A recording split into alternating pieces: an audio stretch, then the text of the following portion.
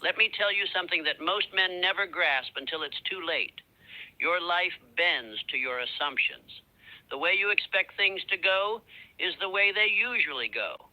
Not because of fate, but because of focus. Because your dominant thoughts pull circumstances into alignment. They shape how you act, how you speak, how you persist or retreat. So what if you assumed right now that everything is working out for you, even when it's hard, even when it's silent, even when there's no proof? What if you lived like the outcome was certain, like the door was already open, and all you had to do was walk through it? That is not wishful thinking. That is mental engineering. And it is how the greatest minds in history rose through failure, criticism, and fear. Henry Ford didn't hope things would work out. He decided they would. He poured his belief into the unknown before the world believed it was even possible. When everyone said the automobile was a fantasy, he built factories. Thomas Edison didn't doubt after his first 100th or 10,000th failed prototype because he assumed success was inevitable. He didn't need to see it. He carried it in his mind, and he acted as if it was already his. Audio कभी नहीं बनाता अगर मुझे ये बात पता नहीं चलती ऑडियोनिक अपनी 22वीं सालगिरह पर And he acted as if it was already his. Charles Schwab didn't operate from fear. He operated from faith in his vision, a faith so strong that entire steel empires were shaped by it. His certainty was contagious. His belief made other men follow. And Andrew Carnegie, the man who transformed industry and wealth in America, he did not ask, what if this doesn't work? He moved as if the results were already secured. That is the energy that builds legacies. So why not you? Why not now? Why not today? You've spent enough time worrying, enough time hesitating, enough time telling yourself stories rooted in fear. Now, it's time to flip the script. Because the version of you that hesitates, that overthinks, that shrinks when life gets loud, he cannot coexist with the version of you that walks in certainty. You cannot serve two minds, one must die. So today I hand you a new frame, a new filter, a new standard.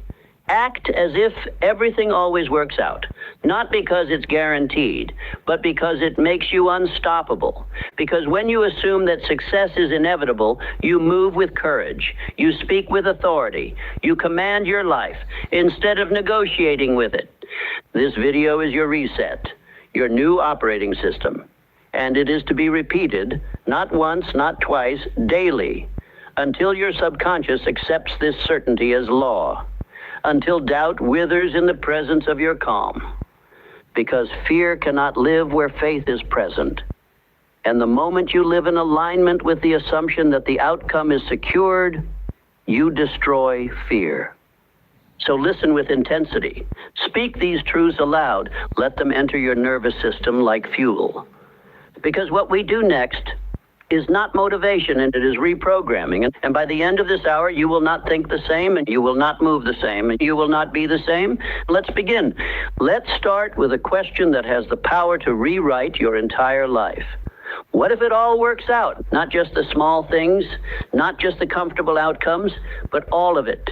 The setbacks, the delays, the pain, the silence, the detours, the moments where nothing made sense. What if all of it, every piece of the struggle, is building the exact version of you required for the dream you've been asking for? Most people don't live in that possibility. They live in worry. They wake up bracing for failure. They talk about worst-case scenarios. They expect betrayal. They wait for the bottom to fall out, even when life is rising. And because of that expectation, they unconsciously direct their energy toward what they fear instead of what they want. But there's another way to live, a way that doesn't require hype, a way that doesn't demand perfection, a way that simply asks one thing from you: to believe before you see. Because here's the truth. Belief isn't a reaction. Belief is a choice. And that choice directs the energy of your mind. The subconscious does not argue with you. It accepts what you feed it, and then it builds around that assumption. If you say things never work for me, your subconscious says understood. And it begins filtering your world through that lens. That's what you start to notice. That's what you start to expect. That's what you attract. Not because of magic, but because you stop looking for anything else. Now imagine the opposite. Imagine waking up, no matter the circumstance, with this quiet command running in the background. Everything is working out for me. Even if you're broke, Even if you've been betrayed, even if the path isn't clear yet, you still move like it's happening. You still execute like the doors are already opening. You still build like the foundation is solid. That belief alone, practiced daily, would rewire your entire life. Because when you assume things are working in your favor, you become calmer under pressure. You become more patient in the waiting. You move with power even when the evidence isn't there yet. This isn't delusion. This is leadership of self. Thomas Edison once said, "I have not failed.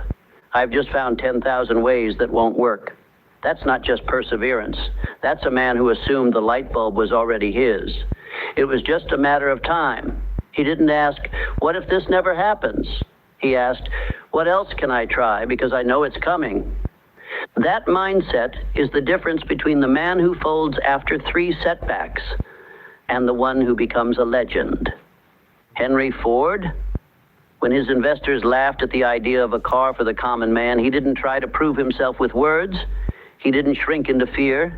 He moved forward like the world was wrong and his vision was already done. And that's not arrogance. That's assumption with discipline. It's the decision to act like it's working, even when you can't see it yet. The weak wait for proof. The powerful move as if the proof already exists. That's what this mindset gives you. It removes the need for validation. It replaces panic with posture. And it installs a new belief system. The outcome is certain. I just haven't arrived yet. So let me ask you again, what if it all works out? What if the delay was divine? What if the betrayal was protection? What if the confusion was construction? What if the thing you're calling a setback is the exact detour that will introduce you to the version of you you actually need? You see, once you install that assumption, once it becomes your default, you no longer fear the unknown. You welcome it. Because the unknown is not the enemy. It's the evidence that something bigger is forming. And your only job is to keep moving, to build when it's boring, to lead when no one's clapping, to act like the outcome is locked in, even if the scoreboard says you're losing. Because the scoreboard doesn't measure your spirit. It doesn't track your faith. It doesn't see what's building behind the scenes. Only you know that. Only you know how deep this decision goes. So say it to yourself right now. I live as if everything is working for me. I don't panic, I prepare. I don't beg for signs, I build in silence. And I will not fold because I've already decided the ending. This is not mindset fluff. This is mental warfare. It is the choice to walk through the chaos with order in your mind, because once you decide how this ends, you don't need to flinch at the middle. Act as if everything works out. And soon it will. Because what the mind accepts, the world starts to mirror. There is one quality above all others that separates the drifter from the builder, the lost from the locked in, the man who watches life happen from the man who shapes it with his own hands. That quality is definiteness of purpose, a clear, unwavering, unshakable aim, a target burned so deeply into the subconscious that it becomes impossible to ignore, even in silence, even in failure, even in doubt. This is not a vague dream, not a list of goals, not a wish list typed into a phone at midnight and forgotten by morning. This is purpose, written with fire, carried with discipline, protected with your life. Because without purpose, your energy scatters. Your hours are stolen by distraction. Your focus is hijacked by the next shiny thing. You chase a dozen paths and master none. You build halfway and then walk away. You mistake movement for momentum, activity for achievement, noise for direction.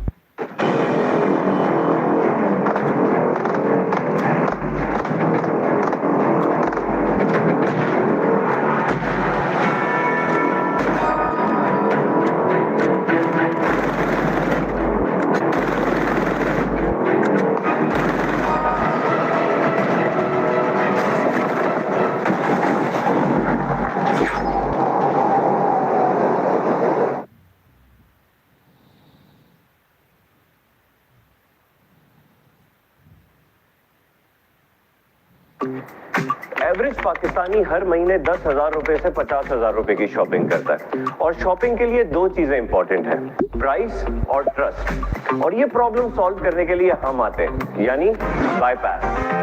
Market में ये necklace 2,000 रुपए का बिकता है, 750 रुपए का ये necklace importer से डिस्ट्रीब्यूटर, डिस्ट्रीब्यूटर से रिटेलर तक आते आते 250% महंगा हो जाता है। तो हमने सोचा अवाम को होलसेल प्राइस दी जाए, बट होलसेल प्राइस तो हमेशा बल्क क्वांटिटी पे मिलती है। और यहाँ काम आई बाईपास की टीम, जिन्होंने जोड़िया बाजार से लेके शालम मार्केट और कारखानों मार्केट से राजा बाजार में ढूंढे ऐसे लोग जो बाईपास के यूजर्स को देंगे होलसेल प्राइस, वो भी सिंगल प्रोडक्ट की खरीदारी पे।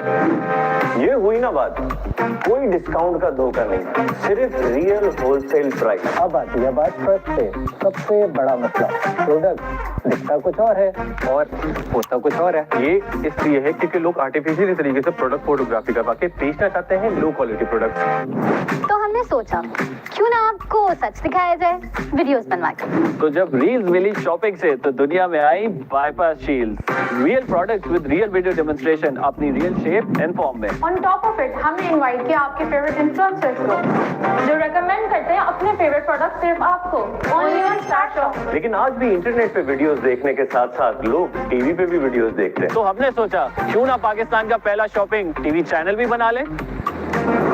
जी हाँ, बाईपास टीवी दिखाएगा प्रोडक्ट के एक्सपर्ट रिव्यूज जो शायद आपके शहर में मौजूद ना हो। प्राइस और ट्रस्ट का मसला तो हुआ अब सॉल्व, क्यों ना आप थोड़ी एंटरटेनमेंट हो जाए। भाई एक बॉटल मंगाई थी, इन्होंने एक तोला सोना दे दिया। विन विन पे खरीदो अपना फेवरेट आइटम और जीतो price tickets, win expensive gift. And this is just the beginning. Bypass बनने जा रहा है पाकिस्तान की सबसे बड़ी super app. So download bypass now. Where you stroll to explore, watch to believe and shop for fun. Bypass, where everything is possible.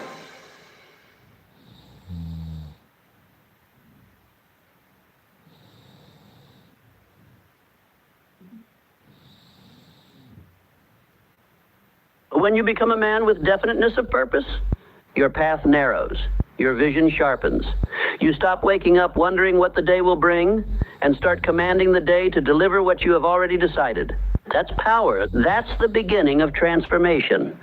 Look at every man who changed the course of history, and you will find a purpose behind his steps. Henry Ford didn't aim to be wealthy someday.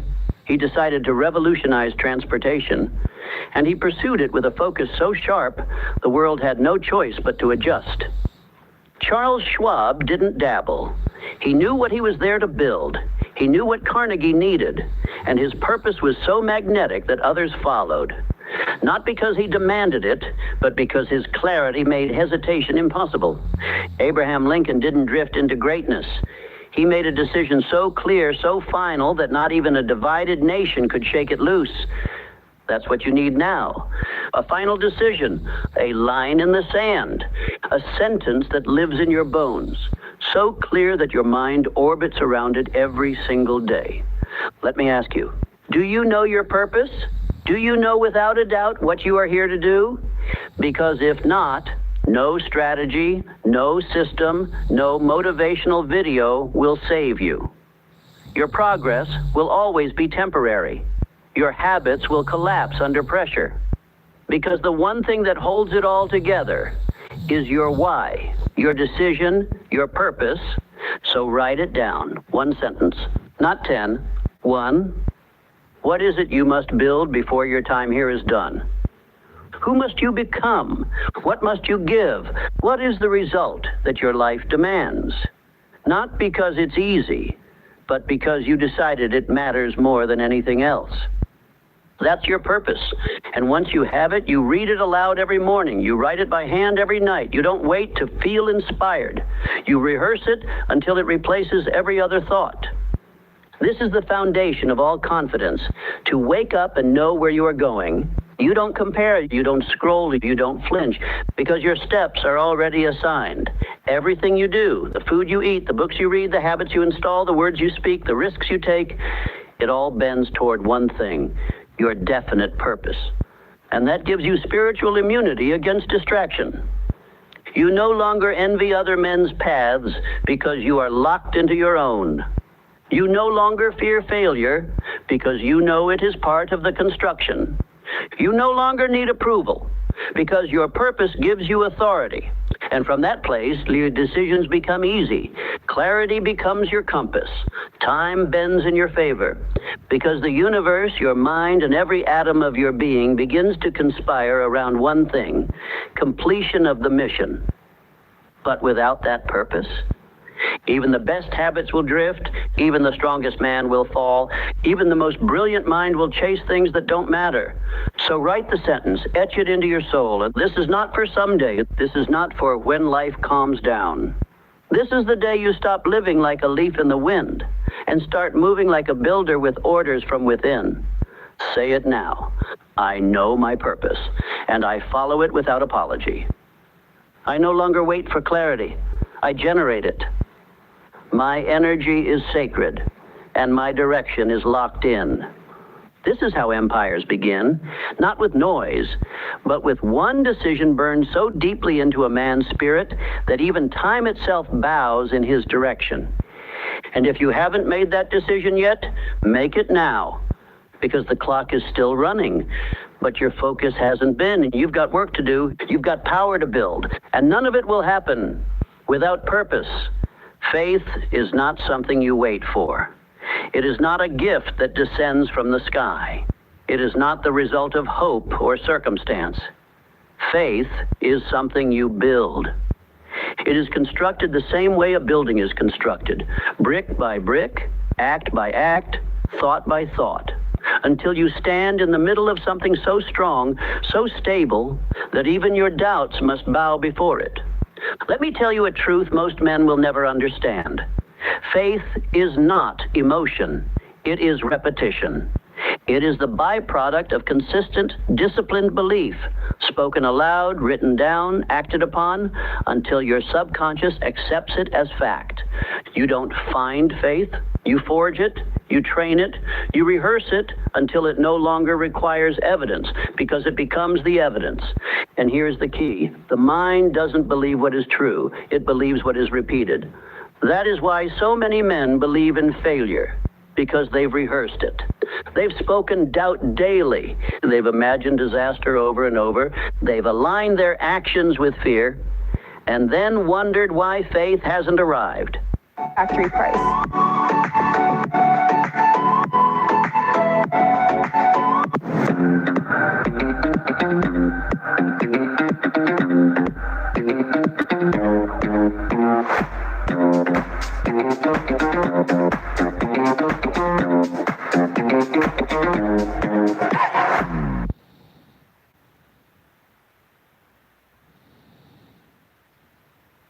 Let me be clear. You cannot rehearse weakness and expect strength to show up. You cannot marinate in hesitation and expect certainty to grow. Faith, like muscle, is earned through resistance. It is built by applying pressure to your comfort, and every time you follow through, especially when it's hard, you earn more of it. That is why autosuggestion is not a game. It is the gateway.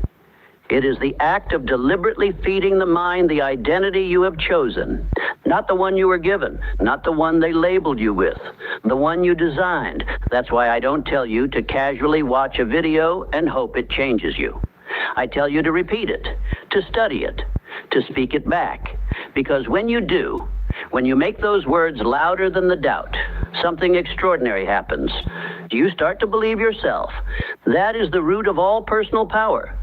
To know that when you speak, your subconscious listens. So you begin each day with command, not confusion.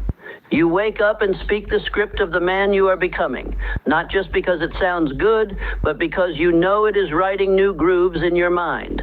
And those grooves will become the path your feet walk. Thomas Edison did not succeed because he felt inspired. He succeeded because his faith in the outcome was greater than any single failure. 10,000 times he tried. 10,000 times he found a way that didn't work. But he never called them failures because his faith was anchored. He had already seen the light before the world did. And every act of effort, every moment of fatigue, every time he reset his tools and started again was another layer of belief. John D. Rockefeller didn't rise by luck. He trained his thinking like a man trains for war. He believed in systems, in structure, in certainty. That certainty came not from chaos, but from mental rehearsal. He built wealth in his mind before he ever built it in the world. You must do the same, and you must see yourself follow through. You must imagine yourself moving with power. You must speak to yourself like a general giving orders to a loyal army, with calm, with clarity, with conviction. Because your subconscious mind is listening. It is always listening. And every word you whisper, every phrase you repeat is either building faith or breaking it. So let me ask you, are you speaking power or poison? Are you reinforcing courage or conditioning cowardice? Are you using your words to lift yourself or lower yourself? Because what you repeat becomes real. Faith is not loud, it is not flashy, it does not beg for attention. Faith is silent, grounded, steady. It is built in the dark. It is built when you show up despite your feelings. It is built when you say, I will, and follow through without applause. It is built when no one is looking, and you move anyway. That's how Abraham Lincoln led a nation through fire. He wasn't the most popular. He wasn't the loudest. But he believed in the vision so deeply, so completely, that no critic could shake it loose. And when faith becomes unshakable, action becomes automatic. You no longer try to rise, you do. You no longer wonder if you're ready, you move. And your results begin to multiply, not by chance, but by design. So here's your instruction. Write your chief aim. Read it aloud every morning and every night, and with emotion, with certainty, with fire. Visualize the outcome, and not once, but daily. Speak your identity, not as a wish, but as a fact. I am focused. I am disciplined. I act with purpose. I do not flinch. This is not theory. This is practice. And when you practice it long enough, the man you used to be, the man of doubt, of fear, of hesitation, he fades into dust. And the man of faith rises, not someday, today. There comes a moment in every man's life where he must make a decision so final, so absolute, that there is no path left to retreat. That moment is not about emotion. It's not about confidence. It's about commitment. Burning the bridge means this. You remove all exits, all fallback plans, all quiet excuses that whisper, if this doesn't work, I can always go back. No, you can't. Not anymore. Because that man is gone. Let me tell you something that every titan of history has known. You do not truly transform until you remove the option of staying the same. You cannot build a new life while clinging to your old one. You cannot become someone new and still hold space for the person you used to be. You cannot win with your eyes halfway on the rearview mirror. Charles M. Schwab didn't become the president of Carnegie Steel by playing it safe. He wasn't the smartest man in the room. He was the most decided. He carried himself like a leader before the world saw it. He aligned his speech, his tone, his energy with his desired position. And in doing so, he closed the door to mediocrity. When he walked into the room felt it. You want that kind of presence? You must decide so fully, so violently that your past self is stunned into silence. This is what it means to burn the bridge. It's not symbolic. It's strategic. When you remove the option to quit, when you make it so there is no going back, you activate a part of your mind that most men never touch. It's the part that must win, because it has no choice. Andrew Carnegie demanded this from his men. He didn't want those who were interested in success. He wanted men with one obsession, men who burned the bridge to every other pursuit. He understood this truth. A divided mind is a defeated mind. And so must you. You cannot serve two identities, the man you've been and the man you are becoming. One of them has to die. That means you must remove everything that gives the old you oxygen, every distraction, every excuse, every person who keeps you small. You say you want to rise? Good. Then it's time to remove the staircase back down. You say you want to become unrecognizable? Then stop keeping souvenirs from your past self. That means you delete the contacts that drain your focus. You clear your space of things that reinforce the old habits. You stop visiting the mental corners where doubt still lives. You destroy the comfort you used to retreat to, because comfort is a liar.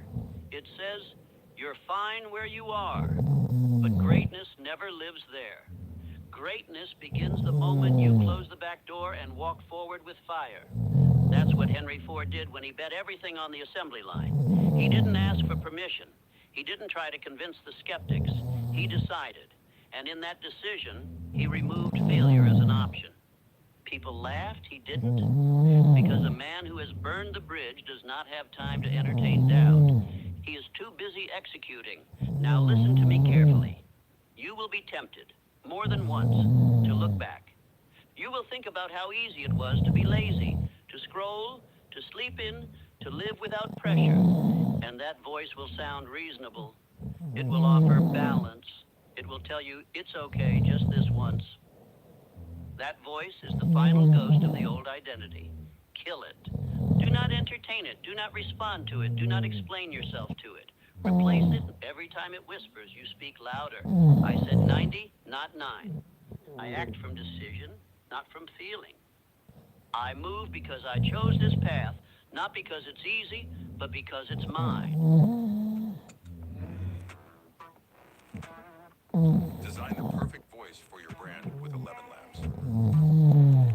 Change the way you record podcasts, voiceovers, and branded content with the #1 AI-powered voice generating technology. Stop searching for the perfect voice and stop wasting time re-recording take after take. Try 11 Labs for free and start elevating your content today.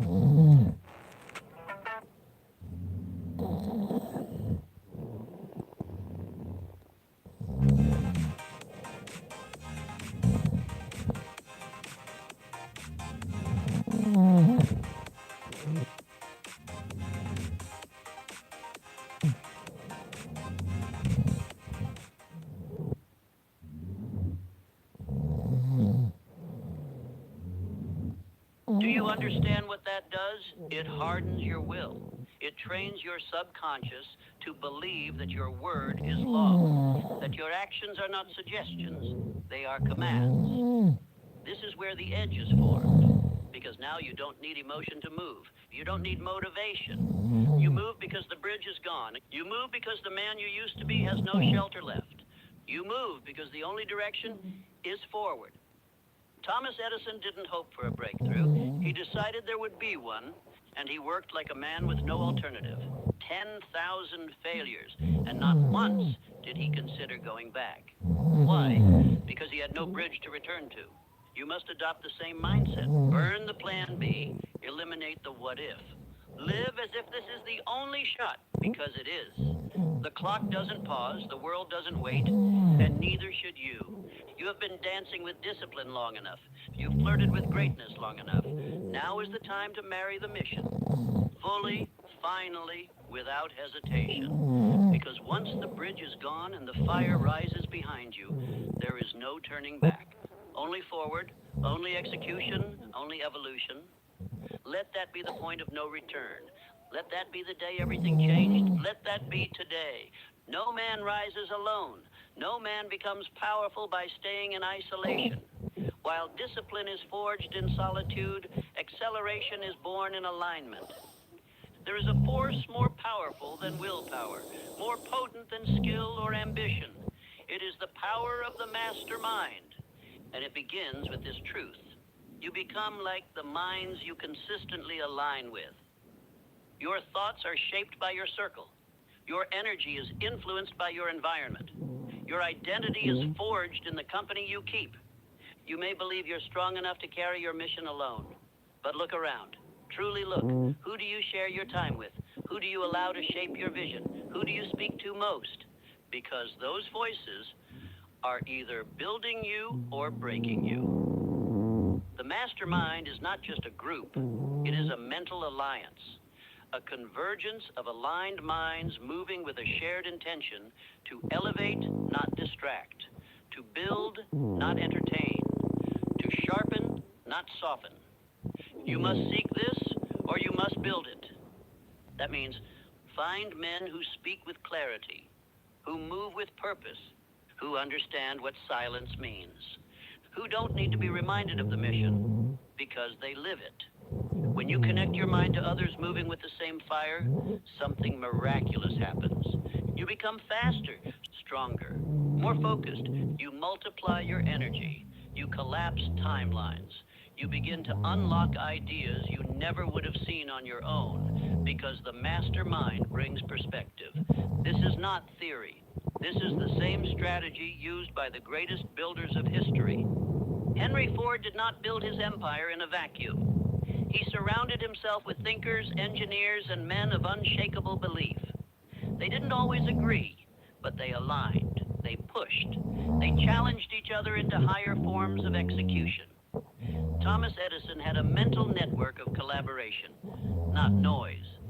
Ideas passed between minds, each one sharpened through shared obsession.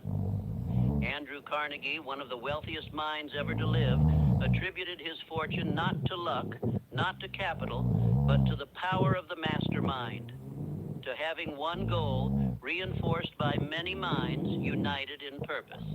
Charles M. Schwab, too, rose because he sought alignment with the highest vision and made it his daily environment. The mastermind does not happen by accident. It is created carefully, deliberately. But let's be clear, not everyone around you qualifies.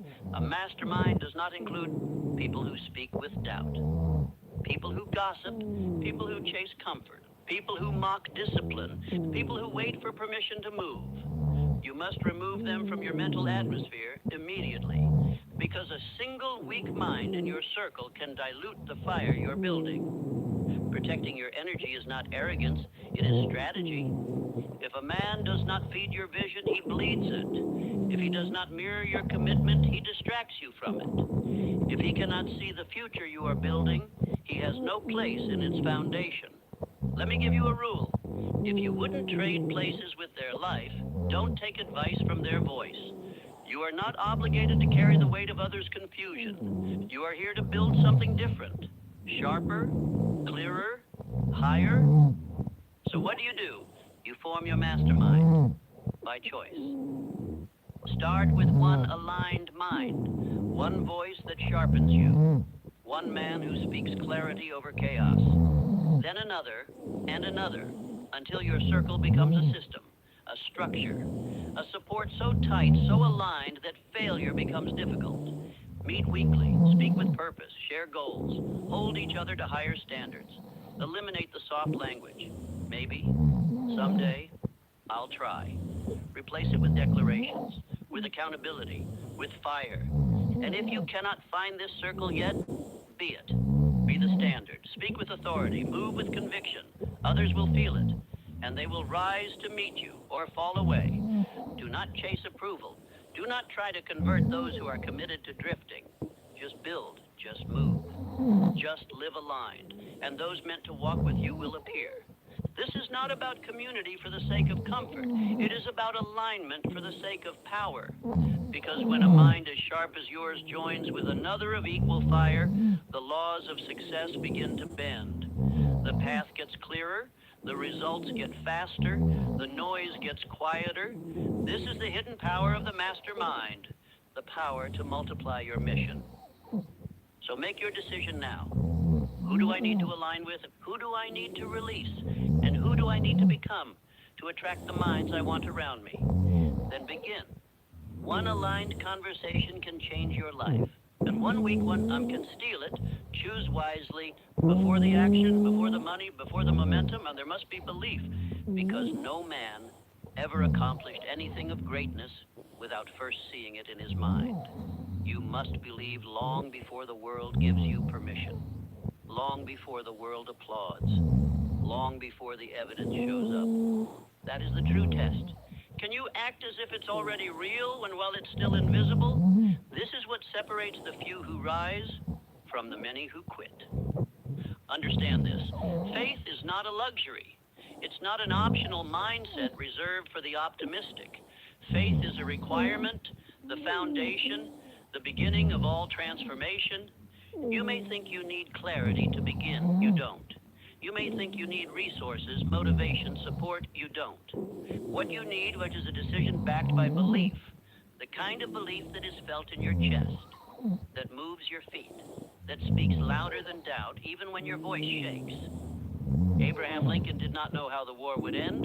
He didn't have certainty in strategy, but he had faith in principle, faith that freedom must win, even if the road cost everything. Henry Ford had no map, no market, no approval, but he believed so deeply in his vision that the world eventually bent to his certainty.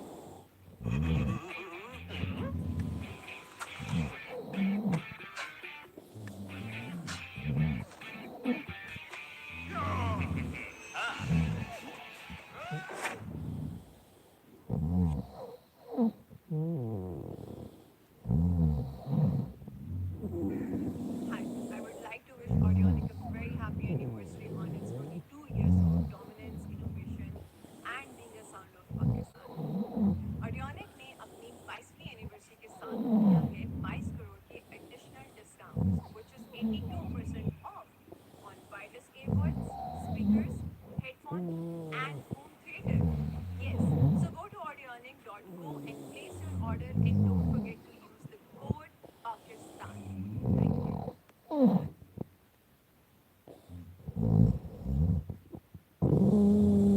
Rockefeller built empires before the infrastructure even existed. Why?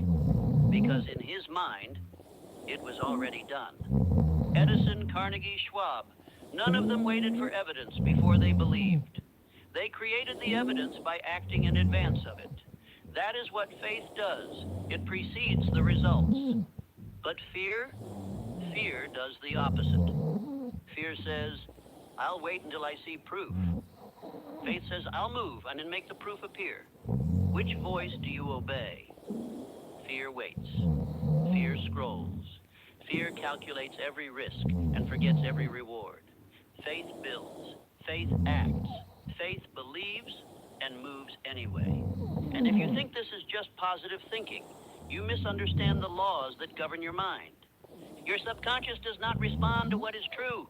It responds to what is repeated, what is felt, what is believed. If you repeat fear, your life becomes a pattern of protection. If you repeat belief, your life becomes a pattern of creation. That is why autosuggestion is so vital. Why you don't just hear the words, you speak them. You feel them. You emotionalize them into your subconscious until they become your identity. You don't just say, I believe. You say, I act with faith. I do not wait to feel ready. I know who I am becoming, and I move accordingly. This is how belief is installed. Every day you speak the vision. Every day you move like it's done. Every day you refuse to let fear direct your decisions. That's the part most men miss. They think belief is just mindset, but belief is also motion. If you want to believe, act like you believe, because action reinforces belief. Each time you follow through without evidence, each time you show up when it's hard, each time you keep your word in private, you build a new identity. An identity that says, I don't need proof. I am the proof. Let me give you a law. Belief precedes performance. You will never outperform the image you hold of yourself. So the question is not, can I do it? The question is, what am I rehearsing? What am I telling myself daily in silence? What identity am I speaking into existence or avoiding out of fear?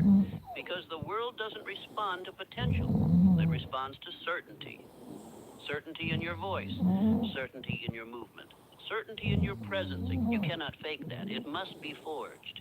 And you forge it through daily rehearsal, through repetition of belief in the absence of proof. Every morning, speak your vision. Every evening, reflect on your actions. Every hour, refuse to betray the man you said you're becoming, and watch what happens. The fear doesn't vanish, but your faith gets louder. The doubt doesn't disappear, but your decisions override it, until eventually your belief becomes undeniable. And so do you. This is not mysticism. This is not fantasy. This is the reality of how every empire begins, with an invisible vision, believed in so deeply, repeated so often, acted on so boldly, that the world has no choice but to see it too. So choose your belief now. Choose what you'll repeat, because you are always programming your mind. The only question is, with what? Let your faith become your foundation, and let your daily actions as prove it. If there is one trait that separates the builders of history from the men who remain in hesitation their entire lives, it is decisiveness. The ability to choose and never retreat. You do not drift your way into greatness. You decide your way there. One decision, repeated without apology, becomes the dividing line between those who make history and those who only watch it unfold. Let this be understood. Indecision is the breeding ground of fear. And the longer you wait to choose, the louder the doubt becomes. A man who delays decays. Every time you hesitate on your next step, you make room for second guessing, for outside opinion, for fear disguised as logic. And slowly, your energy leaks. Your clarity fades. Your conviction crumbles. And this is why a man must train himself to decide fast and change his mind slowly. That is the habit of the elite. Henry Ford was not a man who asked permission. He did not poll the crowd. When he made a decision, it was final, forged in fire. Even when his own engineers told him that an 8-cylinder engine in one block was impossible, he told them, build it anyway. And they did, because his decision was stronger than their doubt. Charles M. Schwab, in the steel empire of Carnegie, rose not just because he was competent, but because he was decisive. He didn't hesitate. He didn't dance around responsibility. He moved. He understood the pressure of command and made the hard calls. This is what most miss. They think successful men are the smartest or the most connected. No, they are the most decided. They walk into the day knowing who they are. They don't need to feel ready. They are ready because they said so. Look at Andrew Carnegie. He didn't build his empire through endless research. He built it through direction. One goal, one mission, one purpose, chosen with finality, and from that decision, everything else was shaped. Your life works the same way. Until you decide who you are, the world will keep assigning roles for you. It will hand you scripts. It will offer distractions. It will tempt you to stay average. But when you decide, truly decide, the world has no choice but to rearrange around that choice. Here is the law. Decision creates identity. Indecision preserves the old self. So if you keep drifting back into old habits, it is not because you are weak. It is because you have not decided to leave them behind. What's worse, indecision breeds more indecision. It compounds.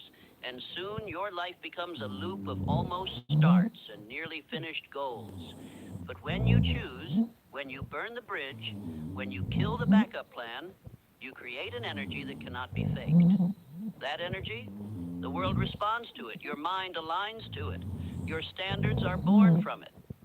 Let me give you an instruction. Make one powerful decision today and refuse to revisit it. If it's fitness, decide. If it's business, decide. If it's who you're becoming, decide now.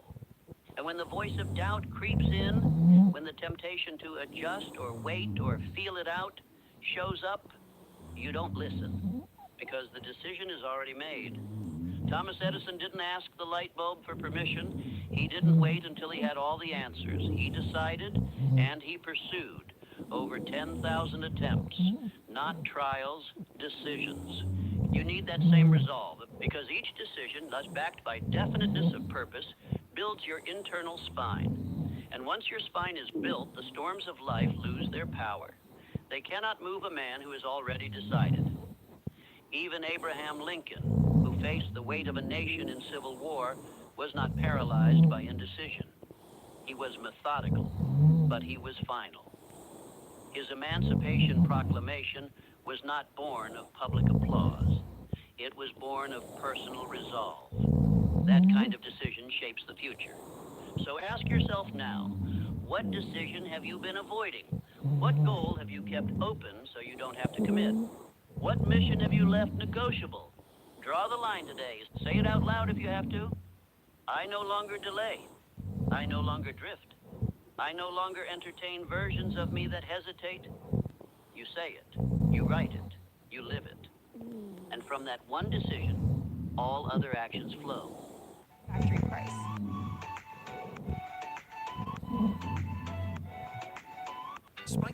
launch his bold new delivery business online without costs going sky high. He'll need this and Namecheap because he wants a domain that'll really take off. The perfect website and reliable web hosting. Security and privacy features that'll stop anything. Plus extra services and tools and 24/7 customer support. All at low prices, so the savings keep stacking up. That way, his business can really fly. Namecheap. Make more online for less.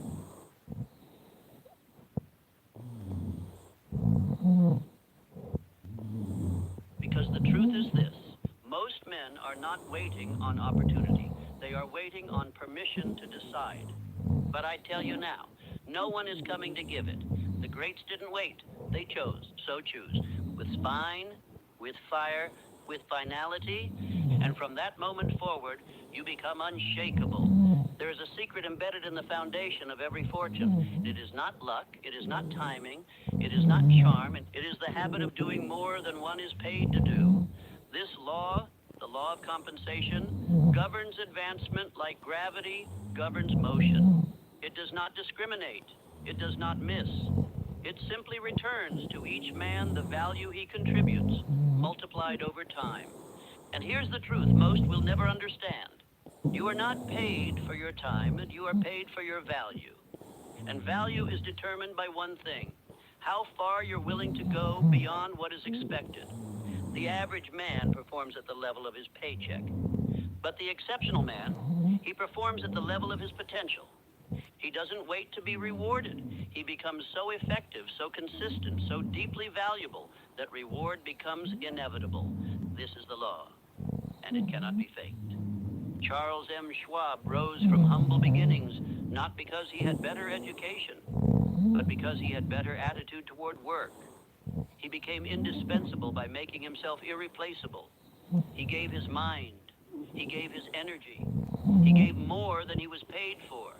And because of that, Andrew Carnegie eventually paid him more than any steel man in history. Carnegie himself practiced this principle with almost spiritual devotion. When he built his early career, he worked longer hours, took on greater challenges, volunteered for responsibilities outside his title, not for recognition, but for growth. And that growth, it positioned him for opportunity. This is how the climb begins. You don't get promoted by asking. You get promoted by becoming too valuable to ignore. Understand this. The marketplace pays for impact, not intention. It doesn't matter how long you meant to. It doesn't care how busy you were. It only measures results. And those results are multiplied for the man who consistently goes above and beyond. That's where you must live, and in the extra mile, the unpaid hour, the unseen effort, the quiet improvement. Because here's the secret no one talks about. The extra mile is the emptiest one. And that's why it's where all the power lives. Everyone wants to get ahead, but few are willing to give more than they're asked. Few wake up early without being told. Few deliver excellence when average is accepted. Few take ownership of mistakes that weren't even theirs. But the few who do, they rise. Thomas Edison did not stop when the world said, enough. He worked relentlessly, not to clock hours, but to produce value. Over 1,000 patents, invention after invention.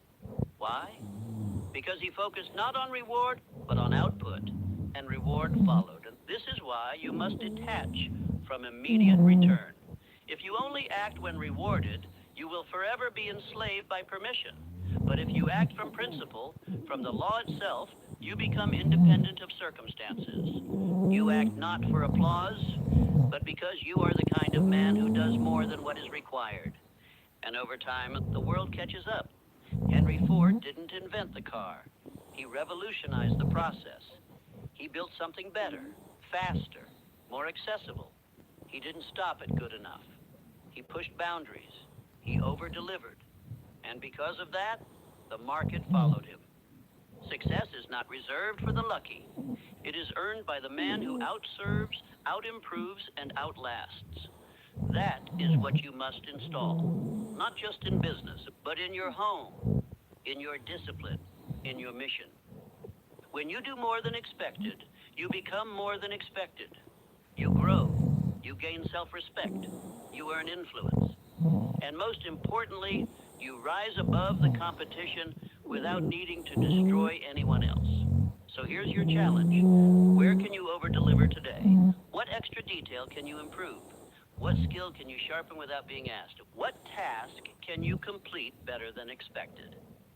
And once you answer, you do it, not once, but daily, until excellence becomes your habit and your name becomes associated with certainty. Because that's the highest currency, certainty of execution. The man who always delivers, even when no one's watching, becomes the man who is always called on when it matters. So if you want to advance, if you want to rise, if you want to build a reputation that makes opportunity chase you, not the other way around, then stop asking for more and start giving more, quietly, relentlessly, with no need for credit, because credit will come, compensation will come, recognition will come, but only if you build yourself into the kind of man who doesn't need it. Say this aloud: I do more than what I'm paid to do. I am not average. I move with excellence, even when no one is watching. And if you repeat that, and you live that, you will never lack opportunity again. Because the law is simple. He who gives more becomes more. And he who becomes more will always have more. You may have strength. You may have intelligence. You may have the most brilliant plan in the world. But if your presence repels others, if your energy repels trust, if your manner of speech pushes people away instead of drawing them near, then your power will never reach its full expression. Because the truth is this: no man rises alone. And the one who knows how to influence others with warmth, confidence, and clarity will always move faster and farther than the man who tries to force everything by brute strength. This is what we call a pleasing personality. Not manipulation, not charm, but a cultivated energy. One that magnetizes others without begging for attention. It is the invisible factor behind the most successful men in history. The quality that opens doors, that earns loyalty, that multiplies influence. Let me tell you plainly, a pleasing personality is not a gift. It is a discipline. It is a product of self-awareness, emotional control, and intentional practice. Andrew Carnegie built one of the greatest fortunes in history, not because he was the loudest, but because he knew how to make others feel seen. He listened more than he spoke. He praised more than he criticized. He mastered the art of influence, not through domination, but through presence. And that presence made others want to work with him.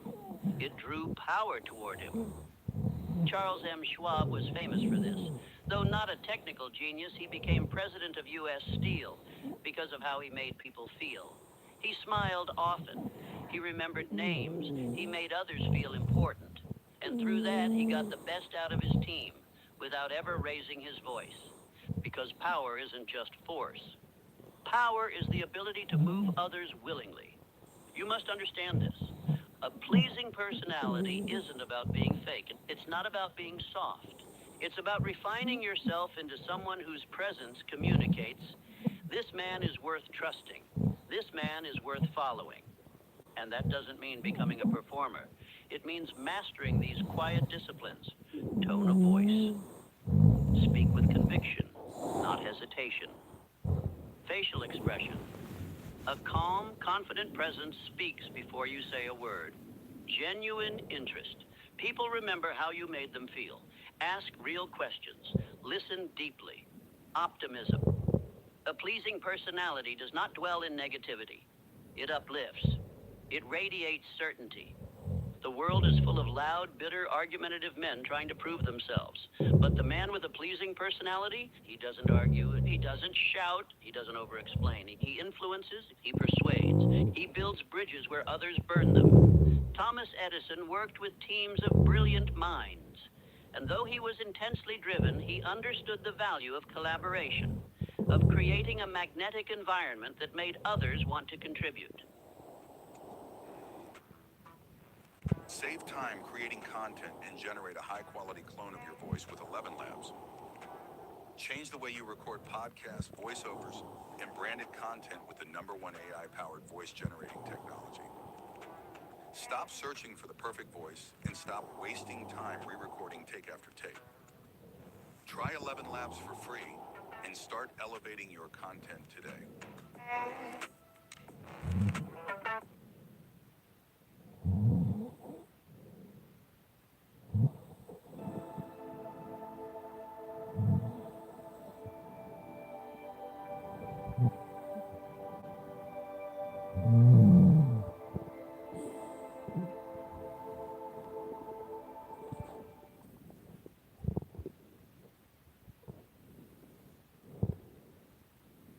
His laboratories weren't just centers of invention, they were environments charged with positive expectancy.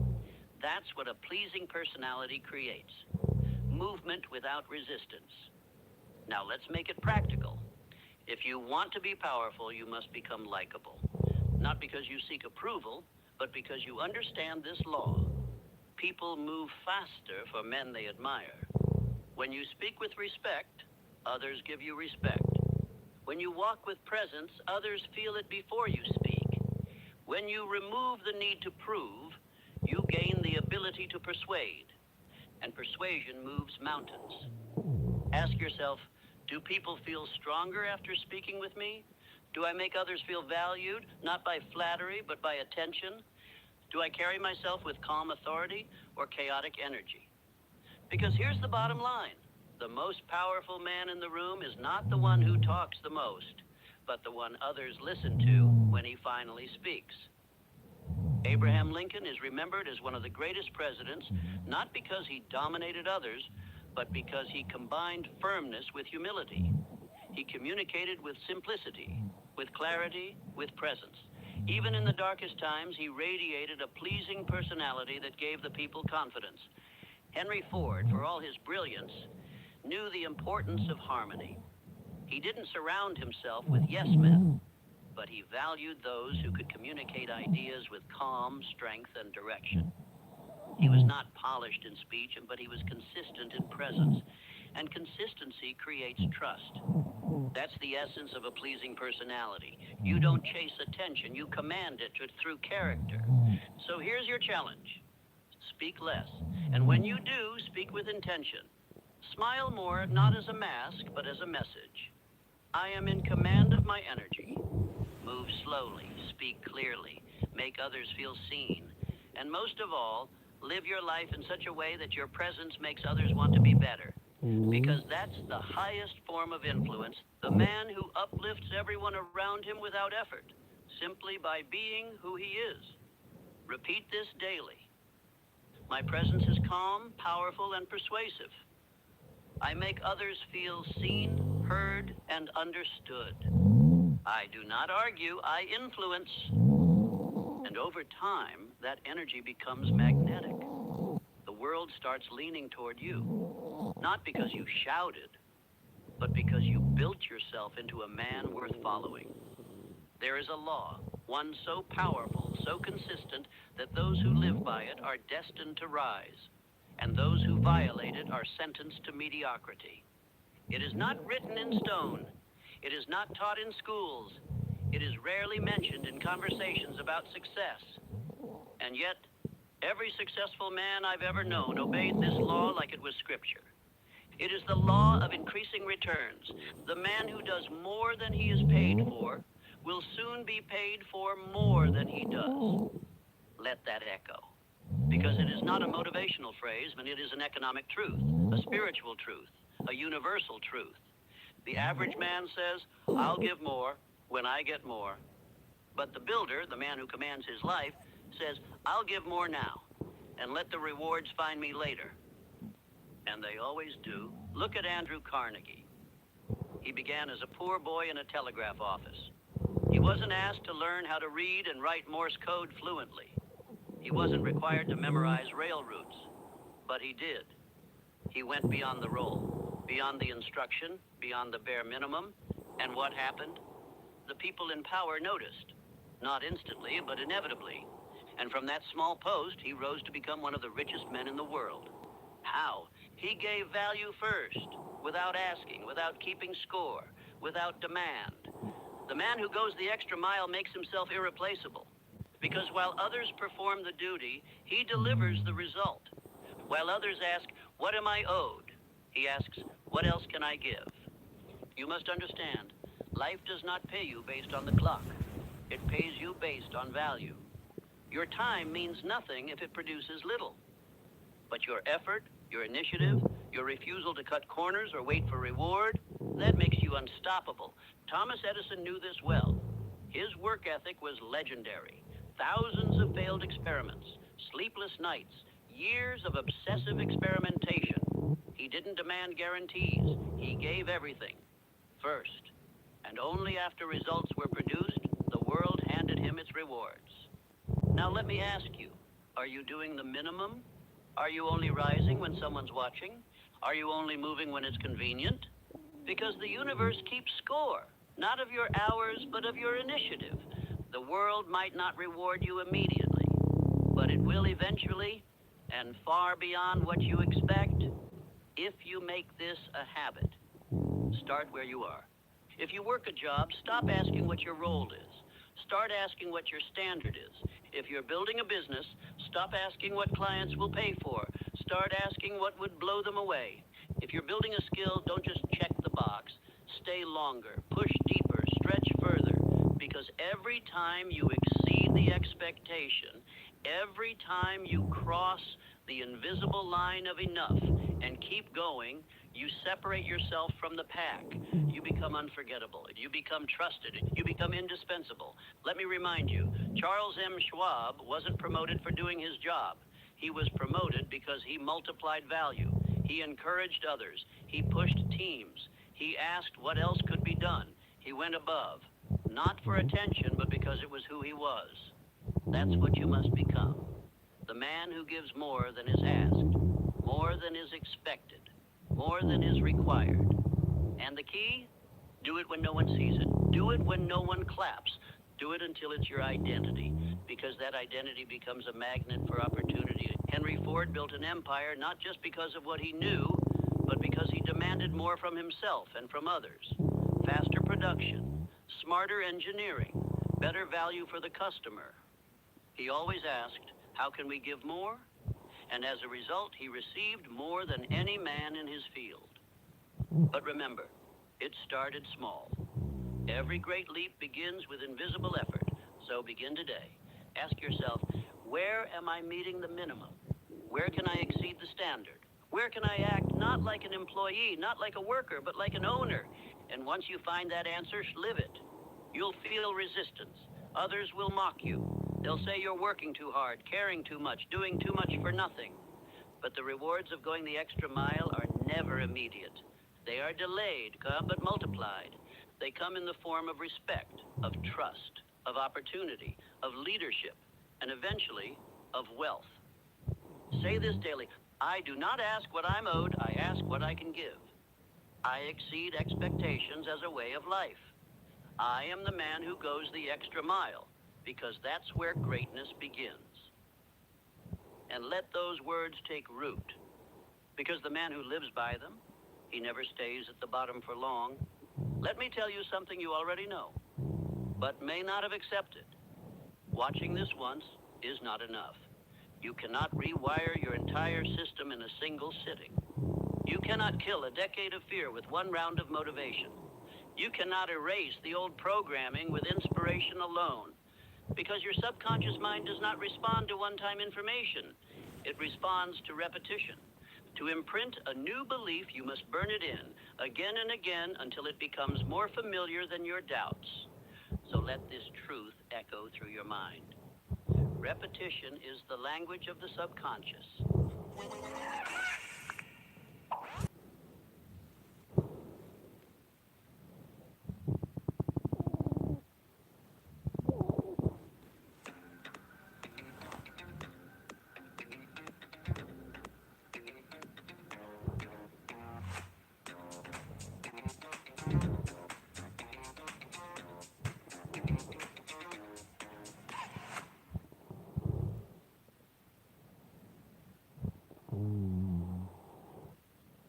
And the strongest loop always wins.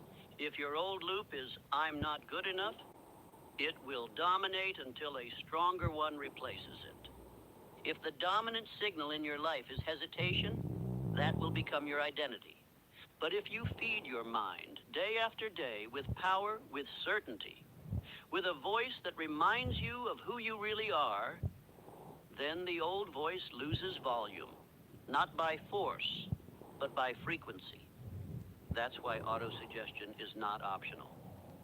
It is the method, the tool, the mechanism by which you reprogram who you are at the core.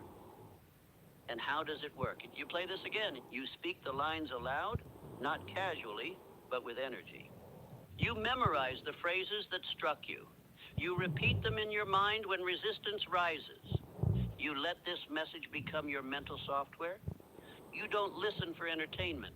You listen for identity installation. Because you are not just here to feel better, you are here to become unrecognizable. Let me show you something. Close your eyes and say this to yourself. I am not afraid. I act without hesitation. I am focused. I am certain. I am becoming who I was meant to be. Feel what happens in your body when you say those words.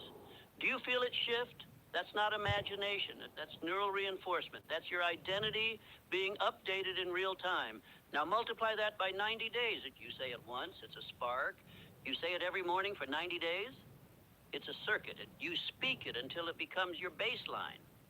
Until the words don't just sound strong, they are your voice. Because here's the law. What you feed forms you. What you repeat becomes you. So don't let this message fade. Don't treat it like a video. Treat it like a ritual. Build your morning around it. Make it part of your environment. And if someone asks why you keep playing the same message again and again, tell them this. Because I'm not here to be entertained. I'm here to be rebuilt. Your mind is programmable. Always has been. The only question is, who's writing the code? From this moment forward, you are. So play this again. Speak the words with fire. Walk into your day with certainty. Because every time you repeat power, you weaken fear. And now, let's close this chapter the only way a man committed to transformation should. You've listened. You've absorbed truth after truth. Not theories, but tools. But now comes the most important part. You walk. Not as the man who started this video, but as the man who has already become what he used to chase. You don't move like you're trying. You don't speak like you're hoping. You walk like it's done. That's the posture of a man with power. Not because he knows everything, but because he knows himself. So from this moment forward, you move differently. You walk into the gym like the transformation already happened. You step into your work like the breakthrough already came. You make decisions like success is already unfolding behind the scenes. Because guess what? It is. Everything is working in your favor, but only if you act like it. Faith is not passive. Faith moves, faith builds, faith walks like the outcome is certain. That's not delusion, that's identity. That's alignment. So before this video ends, before you step back into the world, I want you to say this with power. Out loud, spine tall, chest forward. I am not afraid. I act without hesitation. Everything is working in my favor, and I move like it. Now say it again slower and mean it. I am not afraid. I act without hesitation. Everything is working in my favor, and I move like it. That is your identity script now. You don't need validation. You don't need applause. You don't need anyone to understand the fire that's burning in your chest. You just need to keep going. Because the world rewards the man who moves with certainty. Not noise, not explanation, certainty. You don't have to explain your decisions to people who haven't earned the right to hear them. You don't need permission to rise. You don't need a green light to act. You are the green light. You're not waiting for a breakthrough. You are the breakthrough. And every action you take from this moment forward, it must reflect that. Move like the man who already has what he came for. Speak like someone whose voice creates the result. Wake up tomorrow like momentum is waiting for you. Because it is. The universe responds to certainty. Life bends to belief. And the version of you who used to hesitate, he doesn't exist anymore. Because now you walk like it's done. Let them wonder what changed. Let them feel the shift when you walk into a room. Let them sense the silence in your presence. The kind of silence that doesn't come from not knowing, but from knowing too much to waste words. You've done the mental work. Now walk it out. Every room you enter, every action you take, every plan you make it from the man who already is. And if you ever forget, you come back to this video. You press play again, and you remember who you really are. This isn't just a motivational message. This is a mental installation, and you don't install it once. You live it, you rehearse it, you... Important note, this is timeless and powerful wisdom that has influenced and improved the life of millions. Now that you just found it, you must install it deep into your subconscious mind. Read the description below this video and follow the links to choose among multiple options to aid you in achieving the optimum results you seek. The journey to success is just one decision away. Thank you for listening and subscribing to Top Mindset Growth Channel. How to think your way to success. They will tell you that success is earned by those who hustle hardest, that wealth is the prize of the endlessly busy. But that's only part of the truth. The deeper truth, the one the world doesn't shout but whispers to the quiet minds willing to listen, is this: you do not build wealth with your hands alone. You build it first in your mind. Before there was a Model T, there was Henry Ford's unwavering belief in a future no one else could see. Before the light bulb lit the world, it was a burning thought in the mind of Thomas Edison, who failed 10,000 times before success dared show up. And before the steel empire of Carnegie or the dreamscapes of Walt Disney, there was nothing more than an idea, a vision, a mindset that defied the ordinary and pulled the future toward them. So let's speak plainly. Success is not a matter of circumstance. It is not given. It is summoned. And the first summoning comes not from action, but from thought. A thought so clear, so demanding, it begins bending reality around it. Every empire, every revolution, every fortune has been birthed in the unseen, in a thought so persistent, it refused to die. The average man sees only the world around him. The wealthy mind sees beyond it. What does it mean to have a wealthy mindset? It means your thoughts are not slaves to your conditions. It means your internal dialogue does not mirror your current bank account, but the balance you've already claimed in your vision. It means you do not react. You create. You do not chase. You attract. You do not wish. You intend. Most people think money is earned. The wealthy mind knows money is aligned with purpose, aligned with belief, aligned with clarity so sharp it cuts through doubt like a blade. And yet, none of this can happen without mindset. Mindset is the lens through which you interpret the world. Two men can look at the same storm. One sees disaster, the other sees an opportunity to build an ark. Look at Lincoln, rising through hardship like fire through dry wood. Born in a log cabin, little formal education, but he read by candlelight. He taught himself law. He planted the seeds of leadership in the dark soil of struggle. And when the time came, his mind, not his name, not his wealth, carried a fractured nation on its back. The wealthy mindset is forged in pressure, but it does not crack.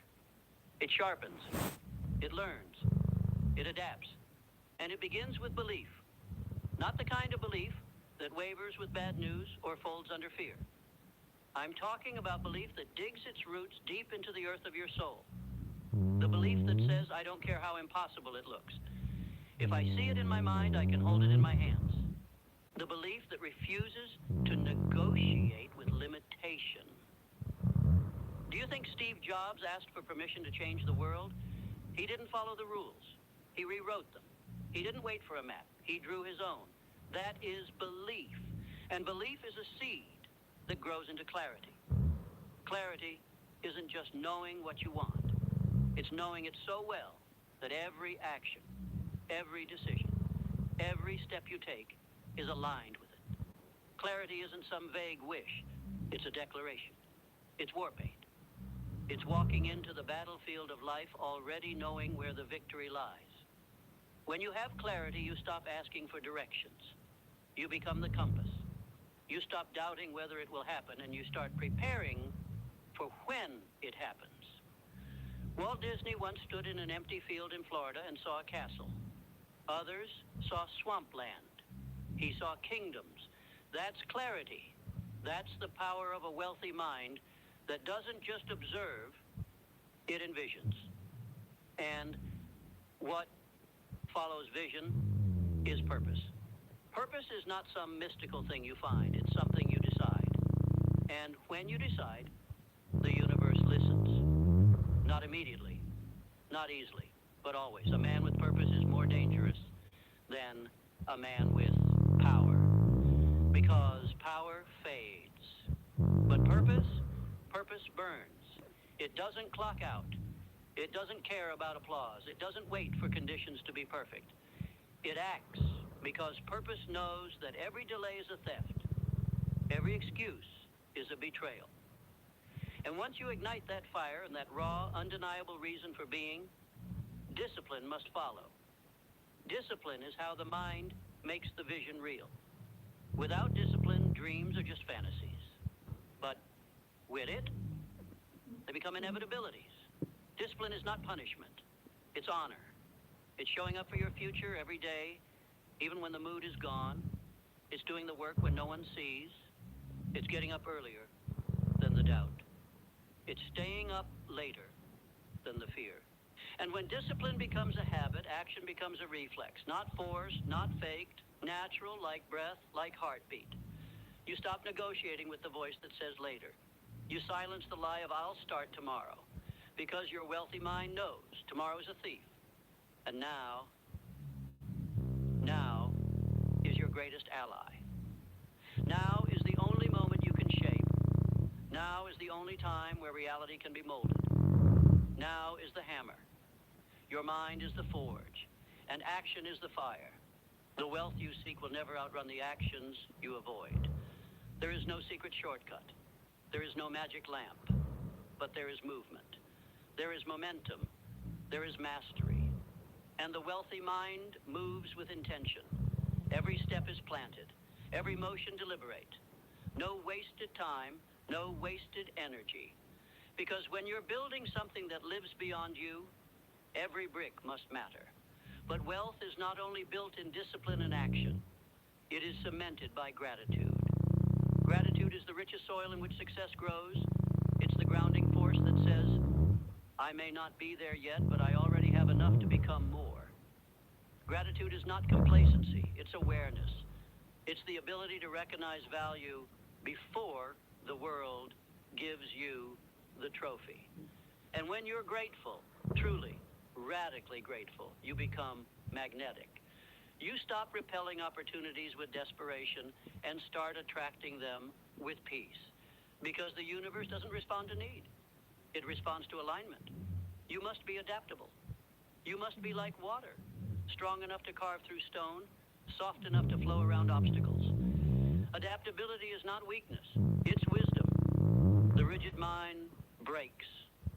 The wealthy mind bends, learns, and recalibrates. It doesn't cling to the way things were. It builds with what is and still reaches for what can be. Resilience becomes your armor. Because the path will not be straight. It will not be easy. There will be setbacks that test your belief, losses that shake your clarity, days when your purpose feels distant. But hear me, your wealthy mind was built for those days. Not just the victories, the valleys, the sleepless nights, the rejection, the doubt. That is where resilience is forged, where legends are born. And the wealthy mind never stops learning. It is a student of failure, a seeker of feedback. It is humble enough to grow, but fierce enough to never settle. Because in this life, you are either expanding or shrinking. And the wealthy mind, it expands, endlessly, courageously, and unapologetically. And if you want to rise, truly rise, You must face the mirror and realize that no one is coming to save you. The cavalry isn't coming. There is no rescue. There is no lucky break. There is only you, your thoughts, your discipline, your actions, and your mindset. The moment you accept that is the moment you reclaim your power. No more blame. No more waiting. You begin to build your empire not from entitlement, but from ownership. Because a wealthy mindset doesn't just dream, it executes. It doesn't just plan. It produces, and it never, ever quits. You were not born to survive, but you were born to build, to lead, to create something that lasts beyond your time. But that only happens if you dare to think differently, to think boldly, to think wealthy. And when you do, the world and everything in it will begin to move differently around you. Not because you change the world, but because you change yourself. And that changes everything. So breathe it in now. Let this truth settle into your bones. You are not here to live a life of quiet desperation. You are not here to simply exist. You are here to awaken the dormant greatness within, to turn your thoughts into gold, your beliefs into buildings, your mind into the throne from which all prosperity flows. The wealthy mindset is not a trend. It is not a tactic. It is a transformation. It is the rare decision to never again think small, to no longer speak in the language of limitation, to strip your thoughts of fear and lace them with fire, to wake up every day not hoping for wealth, but embodying it, breathing it, moving like it's already yours because mentally, it is. And when your mind becomes wealthy, your world must follow. Because wealth is not first built in banks. It's built in belief. The life you want is already waiting for you, but it's waiting up there, at the level of vision, of discipline, of persistence that few are willing to climb. So climb. Climb when it hurts. Climb when no one claps. Climb when the silence is loud and the doubt is screaming. Climb, because every step rewrites your destiny. And when you reach that summit, not just of wealth, but of wisdom, of power, of peace, you'll understand that it was never about the money. It was never about the title. It was about becoming the kind of person who could create it all from nothing. That is the wealthy mindset. And it starts now, in you. Because when the mind is right, the life will follow. And when the life follows, everything changes. So go. Not to chase wealth, but to think like it. Not to beg for success, but to become the kind of mind success cannot resist.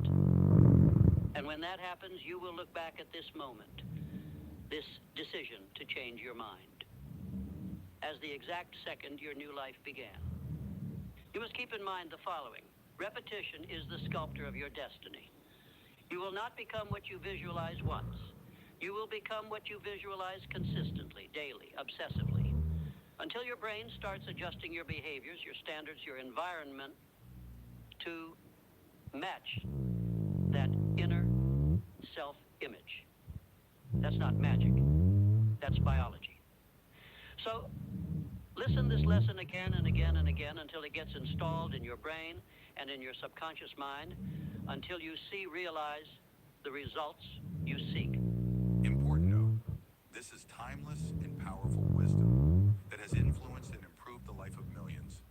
Now that you just found it, you must install it deep into your subconscious mind. Read the description below this video and follow the links to choose among multiple options to aid you in achieving the optimum results you seek. The journey to success is just one decision away. Thank you for listening and subscribing to Top Mindset.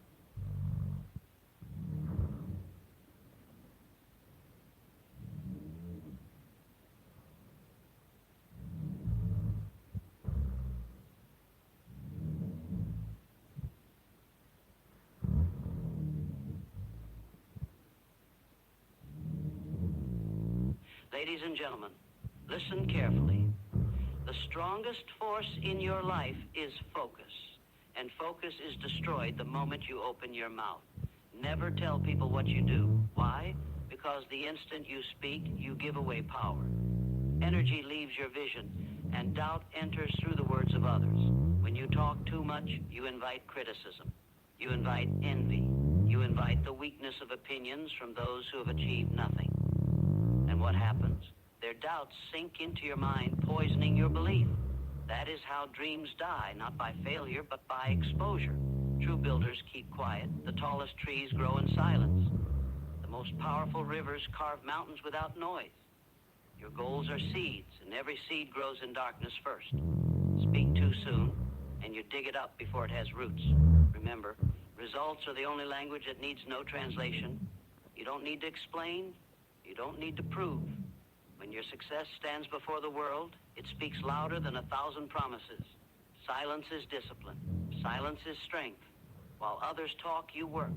While others boast, you build. While others explain, you execute. So guard your vision. Lock it inside your heart. Work in the shadows.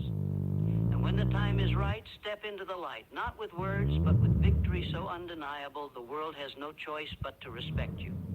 Never tell people what you do. Show them when it's done. Silence is power.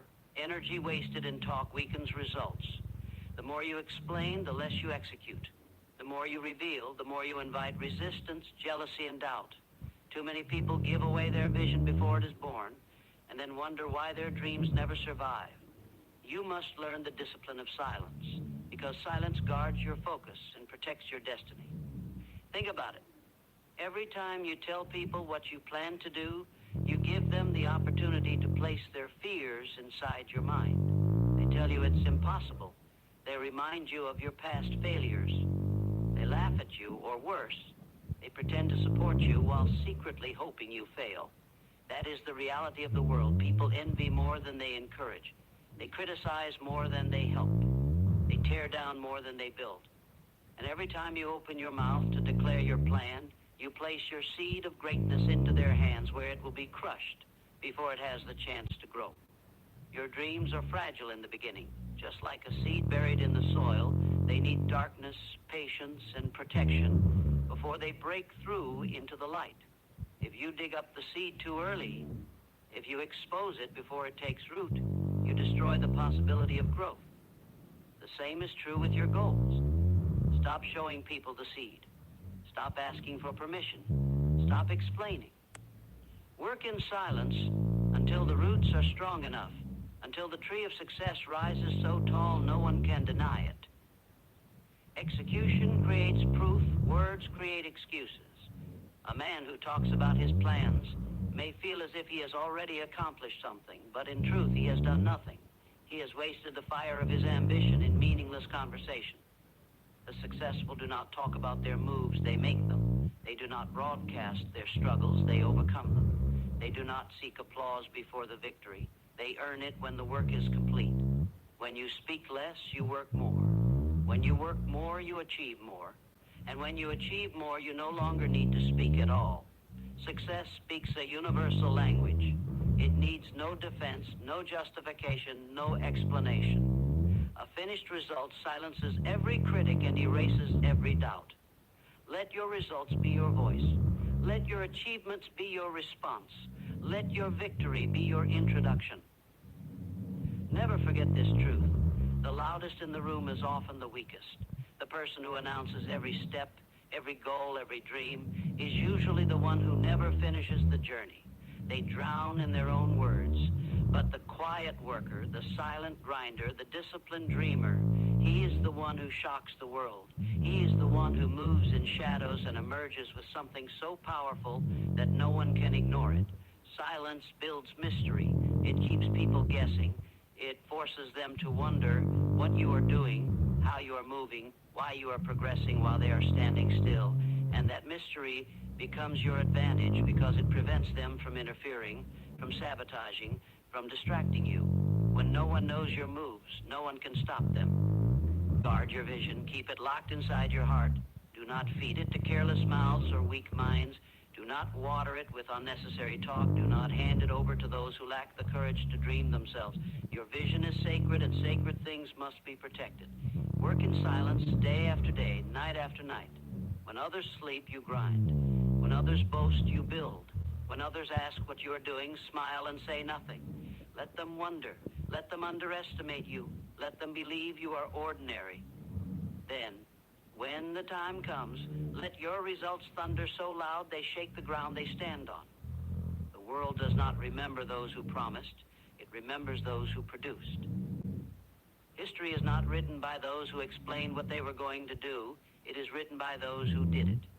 You are not here to convince. You are not here to debate.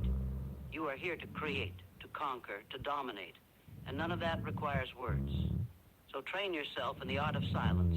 Protect your focus like treasure. Work behind closed doors. Let your actions echo while your mouth stays closed. And when the doors finally open, step out not with explanations, but with undeniable proof. Proof that silences the doubters. Proof that humbles the critics.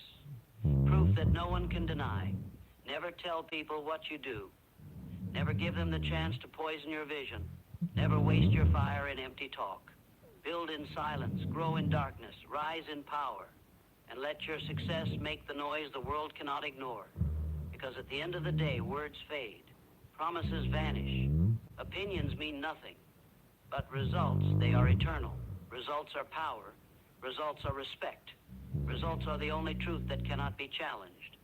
So hold your silence, do the work, deliver the result, and let the world bow to what you created, not to what you said.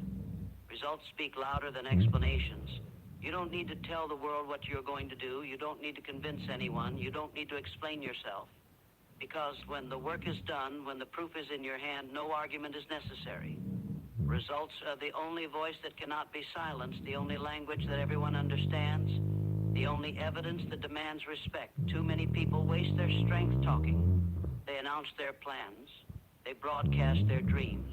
They explain their intentions in detail, hoping for applause, validation, or approval.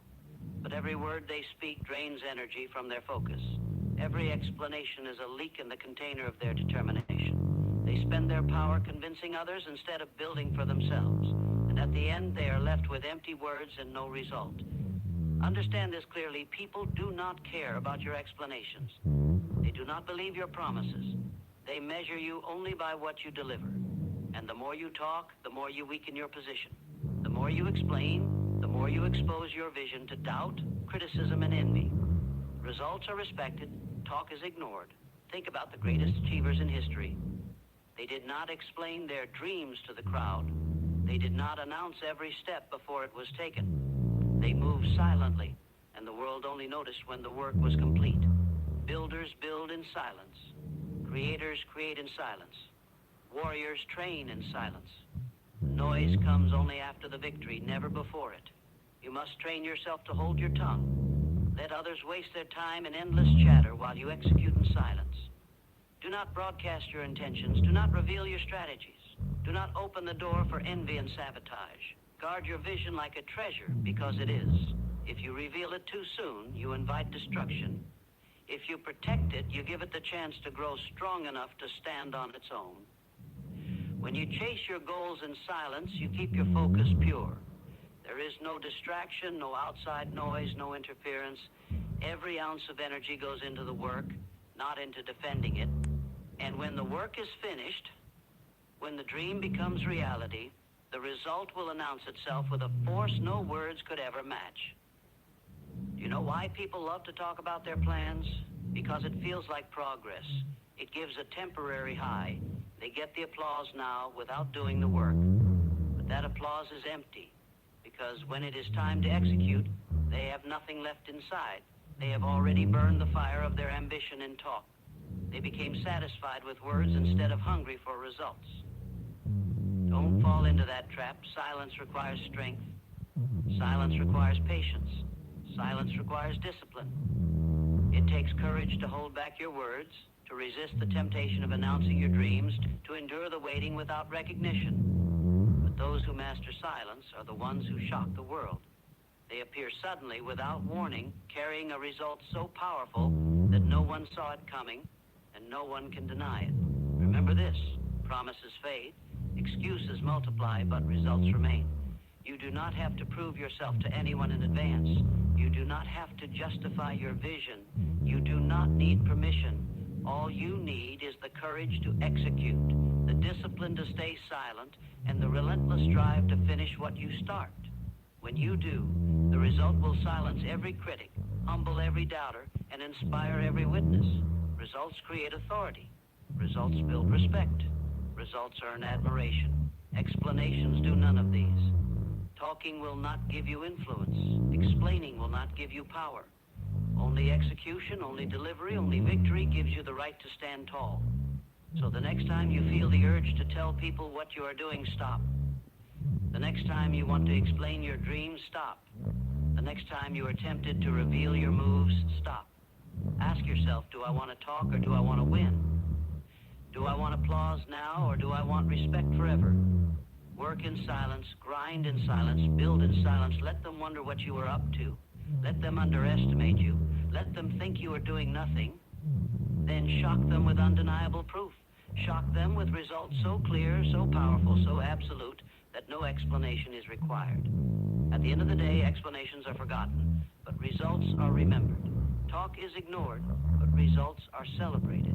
Words are challenged, but results are respected. If you want respect, deliver results. If you want to be heard, deliver results. If you want to be remembered, deliver results. Results speak louder than explanations, so stop talking. Stop explaining. Stop seeking approval. Do the work, deliver the result, and let the world be silenced by what you created, not by what you said. People envy more than they support. That is the truth you must face if you are serious about greatness. Most will not clap for you. Most will not cheer for you. They will smile to your face while secretly hoping you stumble. They will act like friends but feed you doubt. They will give you advice that keeps you small because your growth makes them uncomfortable. Your rise exposes their laziness. Your hunger exposes their weakness. Your success exposes their excuses. Do not expect support from those who have not built anything. Expect envy. Expect resistance. Expect silence. And that is why you must never tell people what you do. Every time you reveal your plans, you invite envy into your life. Every time you share your dream, you put it in the hands of those who do not want to see it happen.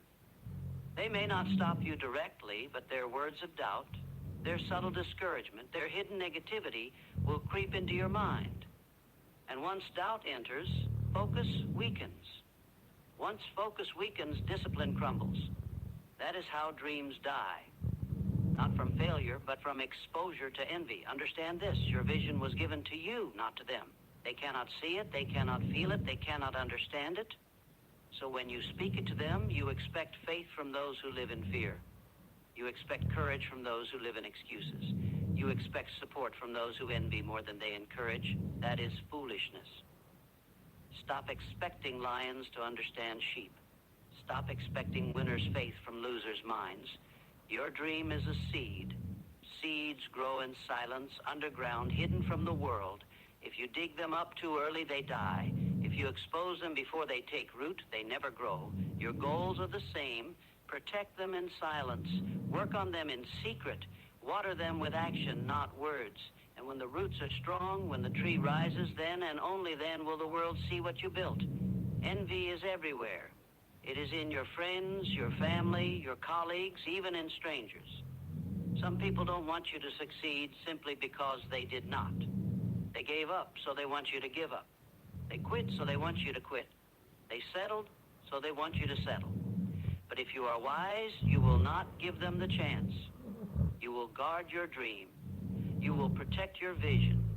You will lock your plan inside your heart and work in silence until the result is so undeniable, so powerful, that no envy, no jealousy, no doubt can erase it. The world respects results, not promises. You do not need to tell anyone what you are doing. You do not need to convince them. You do not need to explain yourself. Just execute, just deliver, just produce. When the result is in your hand, when the evidence is real, even your enemies will be forced to respect it. Results shut every mouth. Results silence every critic. Results crush envy under the weight of proof. While others waste time talking, you must be building. While others explain, you must be executing. While others complain, you must be creating. That is how you separate yourself. That is how you escape envy, not by explaining, not by convincing, but by producing results that cannot be denied. Yes, people envy more than they support, but let that fuel you. Let it remind you why silence is power. Let it remind you why your focus must remain unshaken. Let it remind you why execution is everything. Because the same people who envy you now will pretend to support you later, once your success is undeniable. The same people who whisper doubts will later claim they always believed in you. Do not waste time proving them wrong with words. Prove them wrong with results. Do not seek applause. Do not seek validation. Do not seek encouragement. Seek only progress. Seek only growth. Seek only results. Because results are louder than envy. Results are stronger than jealousy. Results are respected even by those who hate you. So stay silent, stay focused, stay relentless. Protect your dream from envious eyes. Let them wonder what you are doing. Let them underestimate you. Let them think you are not moving. And then, when the time comes, step forward with a result so undeniable it shocks them into silence. Step forward with proof so powerful that even envy cannot deny it. Step forward with victory so clear that it speaks louder than every word you never said. People envy more than they support. That is why you must never tell people what you do. Keep your vision private. Keep your plan protected. Keep your energy invested in execution, not explanation. Build in silence. Win in silence. Let the envy grow, because envy is powerless against results. At the end of the day, the world does not remember what you said you would do. The world only remembers what you did. Talking attracts doubt, criticism, and distraction. The moment you open your mouth about your plans, you invite the opinions of people who neither understand your vision nor carry your responsibility. You think you are sharing to gain support, but in truth, you are leaking power. Every word you speak about what you intend to do drains energy that should have been invested in execution. Every time you reveal your steps, you invite resistance.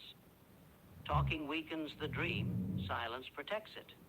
When you explain your plans, you give the world a chance to judge you before you have results.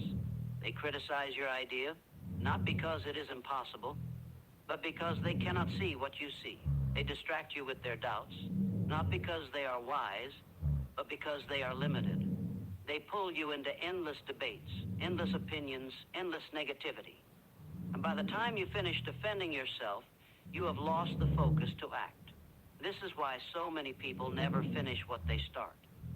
They wasted their strength in talking instead of building. Talking attracts critics. Critics are always ready. They have nothing to lose, nothing to risk, and nothing to show. Yet they are the loudest. They speak as if they know the future, but their own lives prove they do not. If you allow their voices into your mind, they will poison your belief. They will make you doubt what you once felt certain about. They will turn your conviction into hesitation, and hesitation destroys momentum. Talking also attracts envy. Some will never want to see you win, because your victory is their reminder that they quit on themselves. They will smile at you while secretly hoping you fail. They will nod while planting seeds of doubt. They will act supportive while whispering behind your back. You must understand this truth. Not everyone around you is for you. Many watch only to see if you stumble. That is why silence is not weakness. It is protection. And let us not forget distraction. The more you talk about your dream, the more you trick your own mind into thinking you've already achieved something. You feel good explaining it. You feel powerful announcing it. But that satisfaction is fake, and it robs you of real hunger. You get the applause before you've earned it. You get the recognition before you've done the work, and suddenly the fire inside you cools. Talking is the thief of discipline. Silence is different. Silence is power.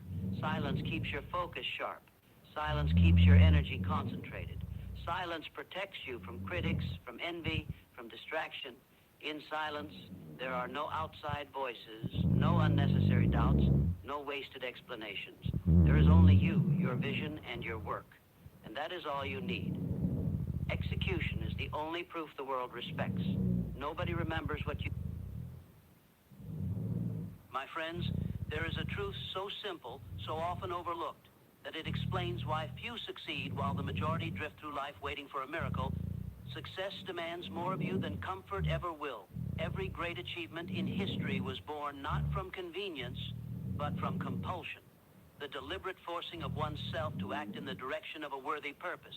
You cannot wish your way into success. You cannot wait until you feel ready. The man who waits for the perfect moment never moves. The woman who waits for the mood of inspiration dies with her song unsung. The world only rewards those who command themselves to act, especially when the heart whispers not today. The difference between mediocrity and mastery lies in one word: discipline. Discipline is the iron hand that bends emotion into purpose. It is the quiet force that keeps you working when applause fades, when progress slows, when doubt rises. It is the bridge between desire and destiny. You will not always feel motivated. You will not always feel strong. But success does not care how you feel. It only cares what you do. Force yourself to rise early. Force yourself to study while others sleep.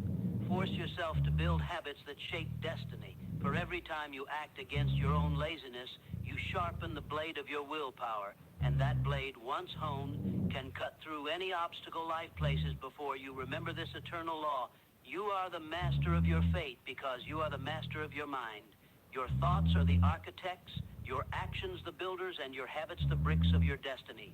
There comes a moment in every life when a person must look into the mirror and declare, I will no longer wait for opportunity. I will create it. I will no longer hope for success. I will become the kind of person success is drawn to.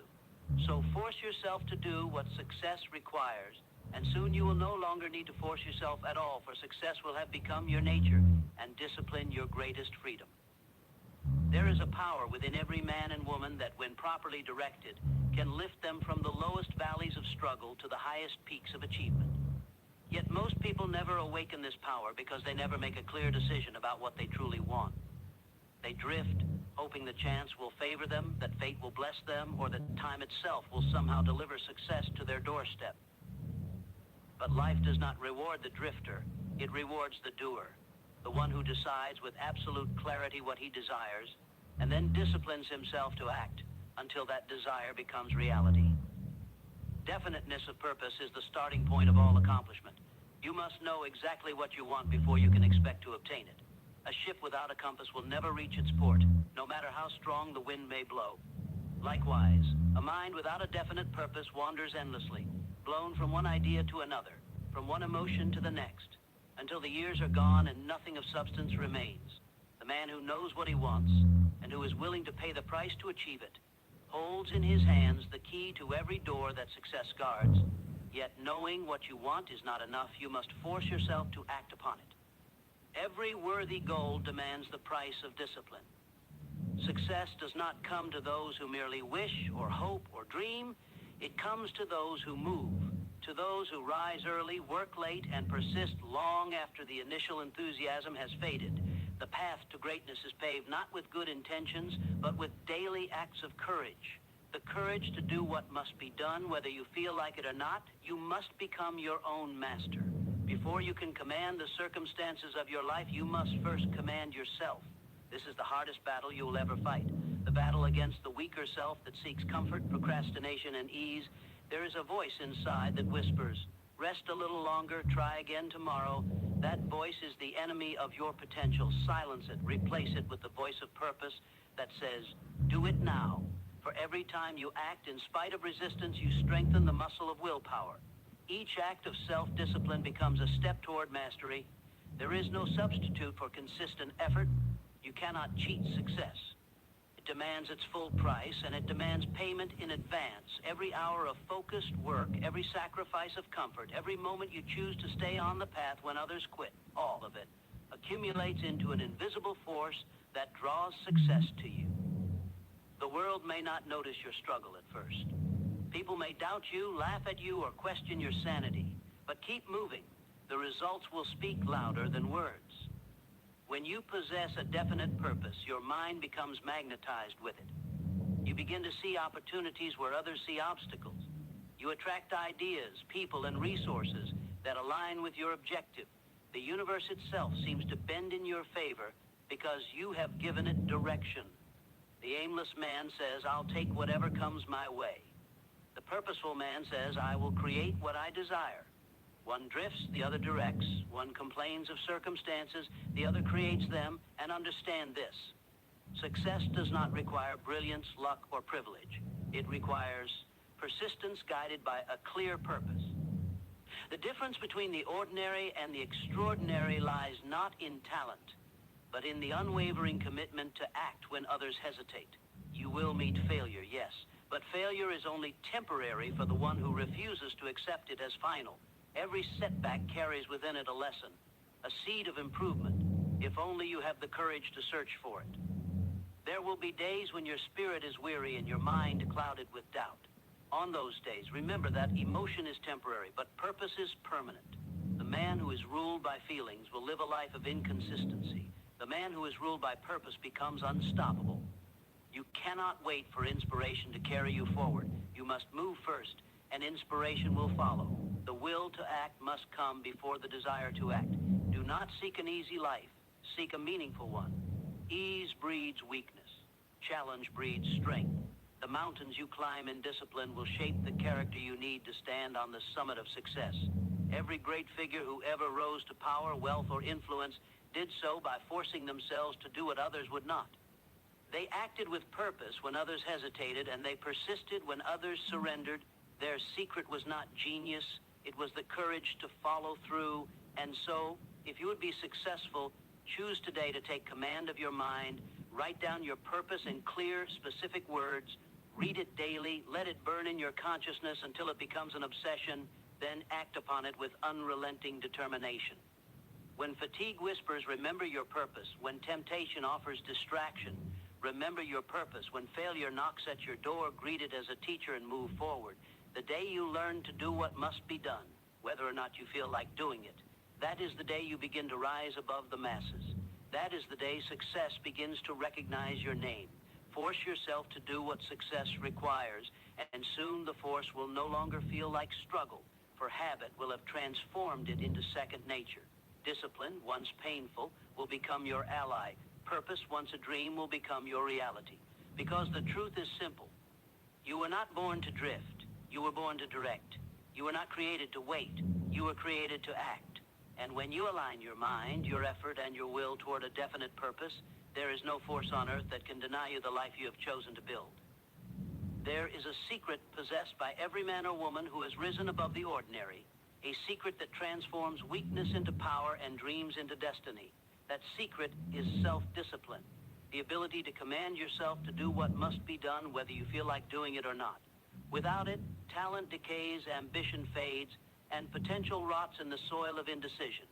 With it, even the simplest person can achieve greatness. Self-discipline is the master key that unlocks the doors which enthusiasm alone cannot open. Every person desires success, but few are willing to submit themselves to the discipline success demands. They want the crown without the labor, the reward without the struggle, the victory without the fight. But life does not work that way. The world will test you to see if you are worthy of the thing you desire. It will ask, are you willing to control yourself? Are you willing to act in the absence of comfort? Are you willing to keep your word to yourself?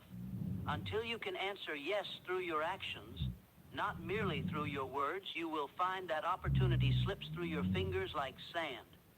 Self-discipline begins in the mind. It is the power to direct your thoughts, to control your emotions, and to guide your actions toward a definite end.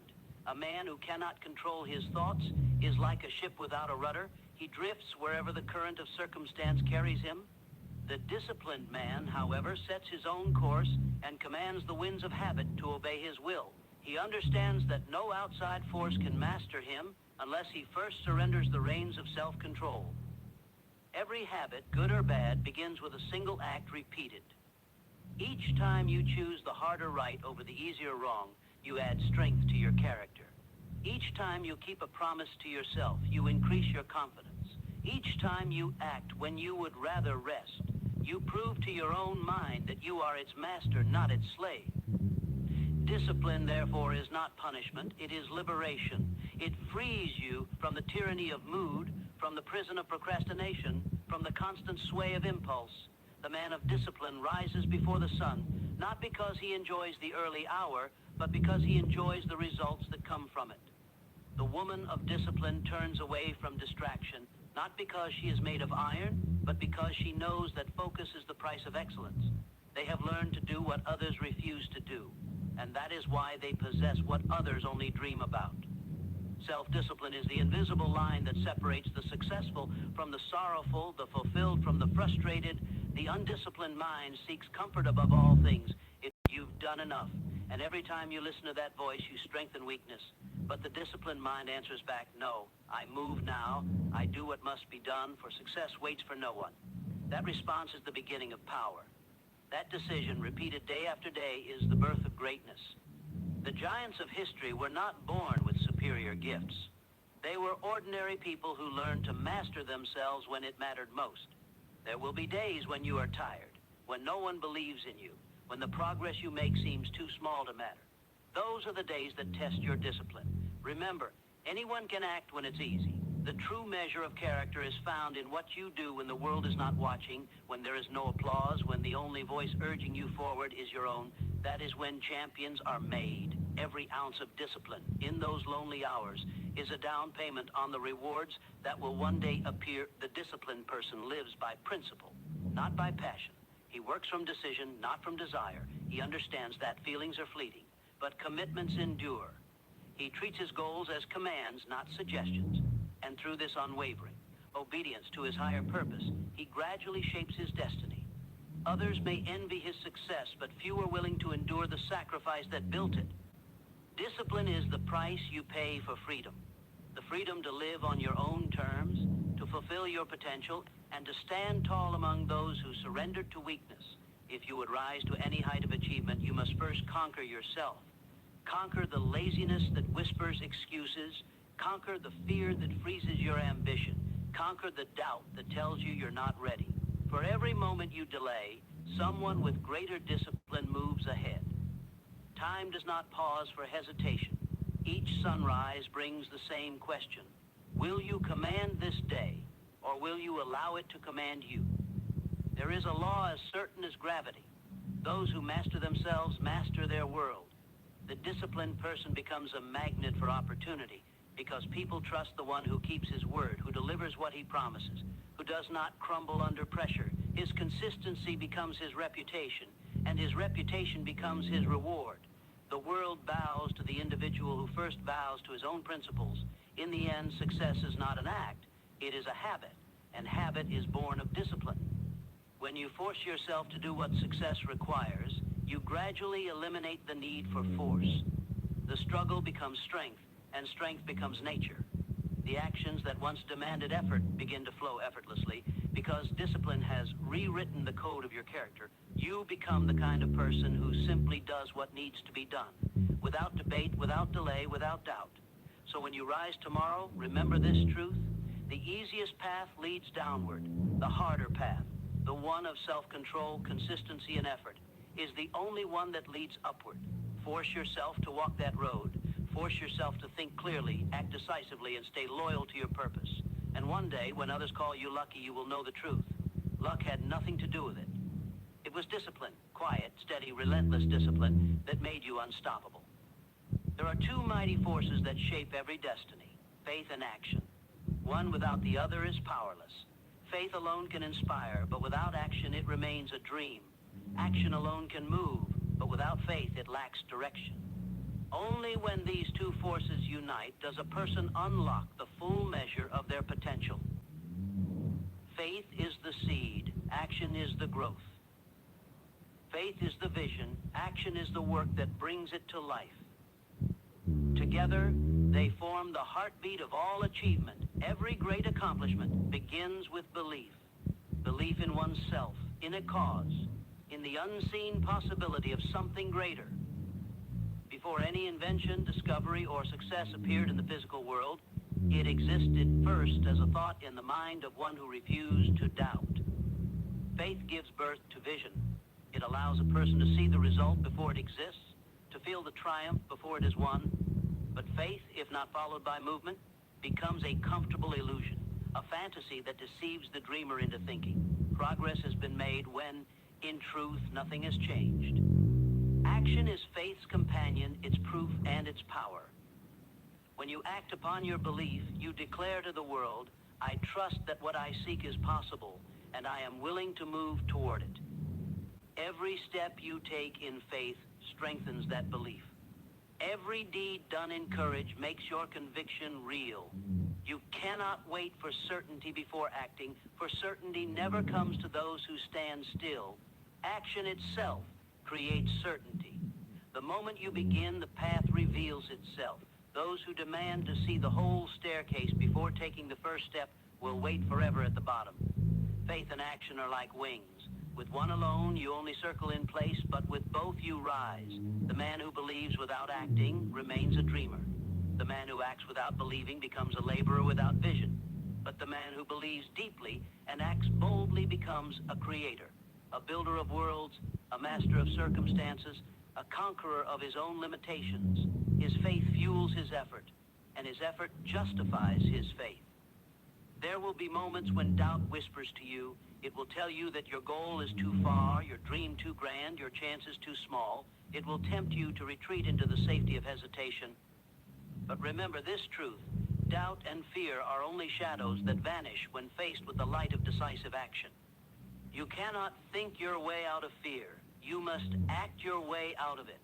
Each time you move forward in spite of uncertainty, you prove to your own mind that faith is stronger than fear, and soon fear loses its grip on you. Action is the language of belief. It is how the invisible becomes visible, how the ideal becomes the real. A person who truly believes will act no matter the obstacles. Faith that does not move your hands, your feet, your heart, and your will is not faith at all. It is mere wishing. To have faith is to know that your labor will bear fruit, even when the soil looks barren. To act on that faith is to plant the seed and water it daily, confident that the harvest will come in its own time. Do not wait for the perfect moment to act. Perfection is the enemy of progress. The greatest achievements began in imperfection. The first step is rarely graceful, but it is always necessary. Action refines belief, and belief strengthens action. The two grow together, shaping each other like flame and air. With each attempt, your faith deepens. With each result, your confidence expands. In this cycle, you become unstoppable. For no failure can destroy a spirit that believes and acts again. Faith and action demand courage. The courage to move when you cannot see the end. The courage to keep building when results are not yet visible. There will be times when the effort feels wasted, when progress seems invisible, when no one believes in you. But those are the proving grounds of greatness. Faith whispers, keep going, and action answers, I will. Together, they carve a path where none existed before.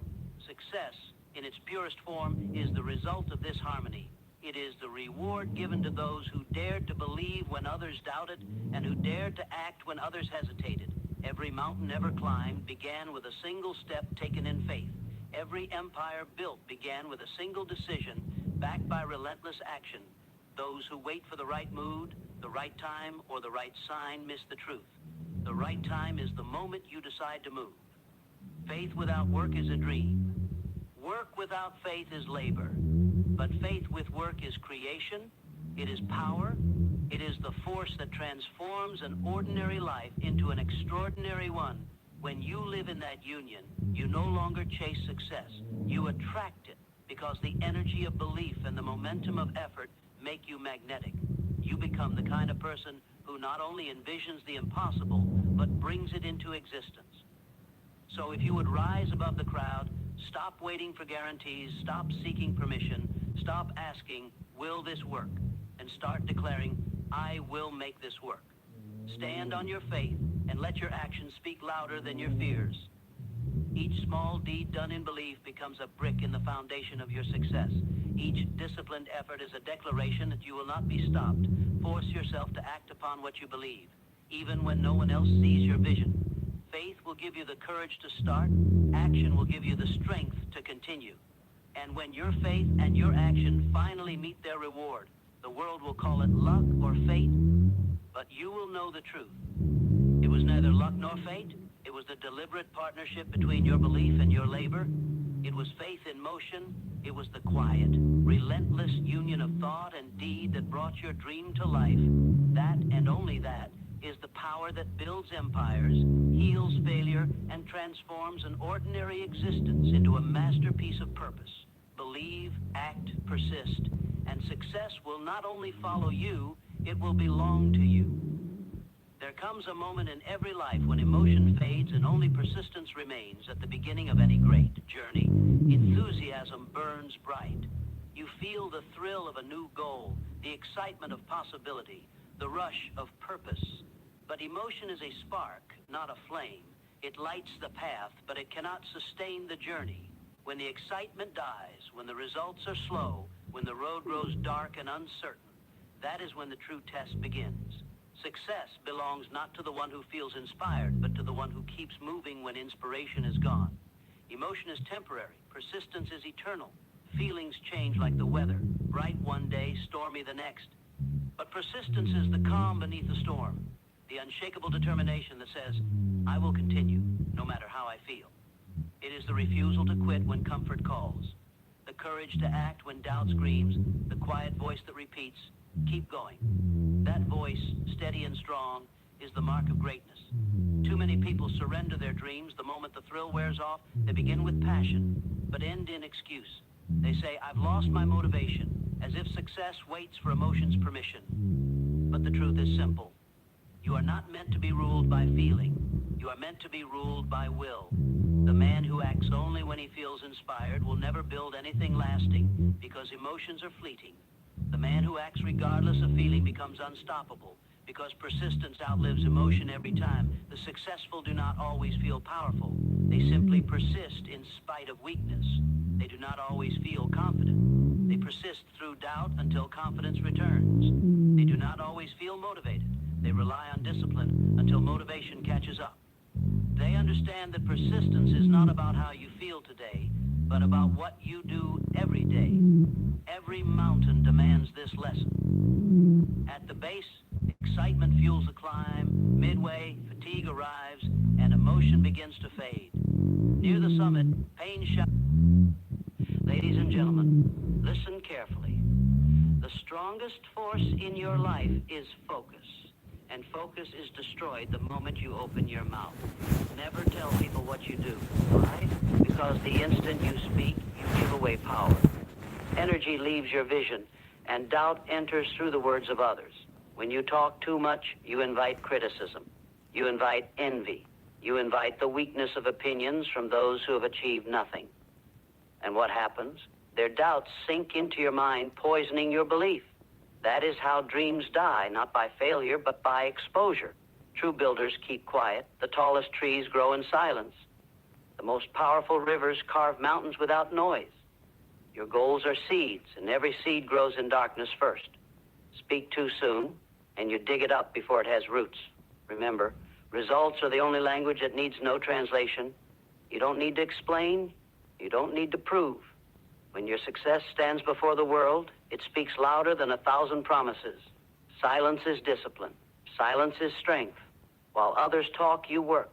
While others boast, you build. While others explain, you execute. So guard your vision. Lock it inside your heart. Work in the shadows.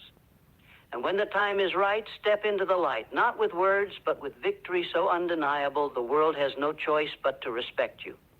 Never tell people what you do. Show them when it's done. Silence is power. Energy wasted in talk weakens results. The more you explain, the less you execute. The more you reveal, the more you invite resistance, jealousy, and doubt. Too many people give away their vision before it is born, and then wonder why their dreams never survive. You must learn the discipline of silence, because silence guards your focus and protects your destiny. Think about it.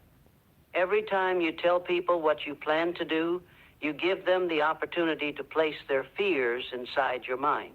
They tell you it's impossible. They remind you of your past failures.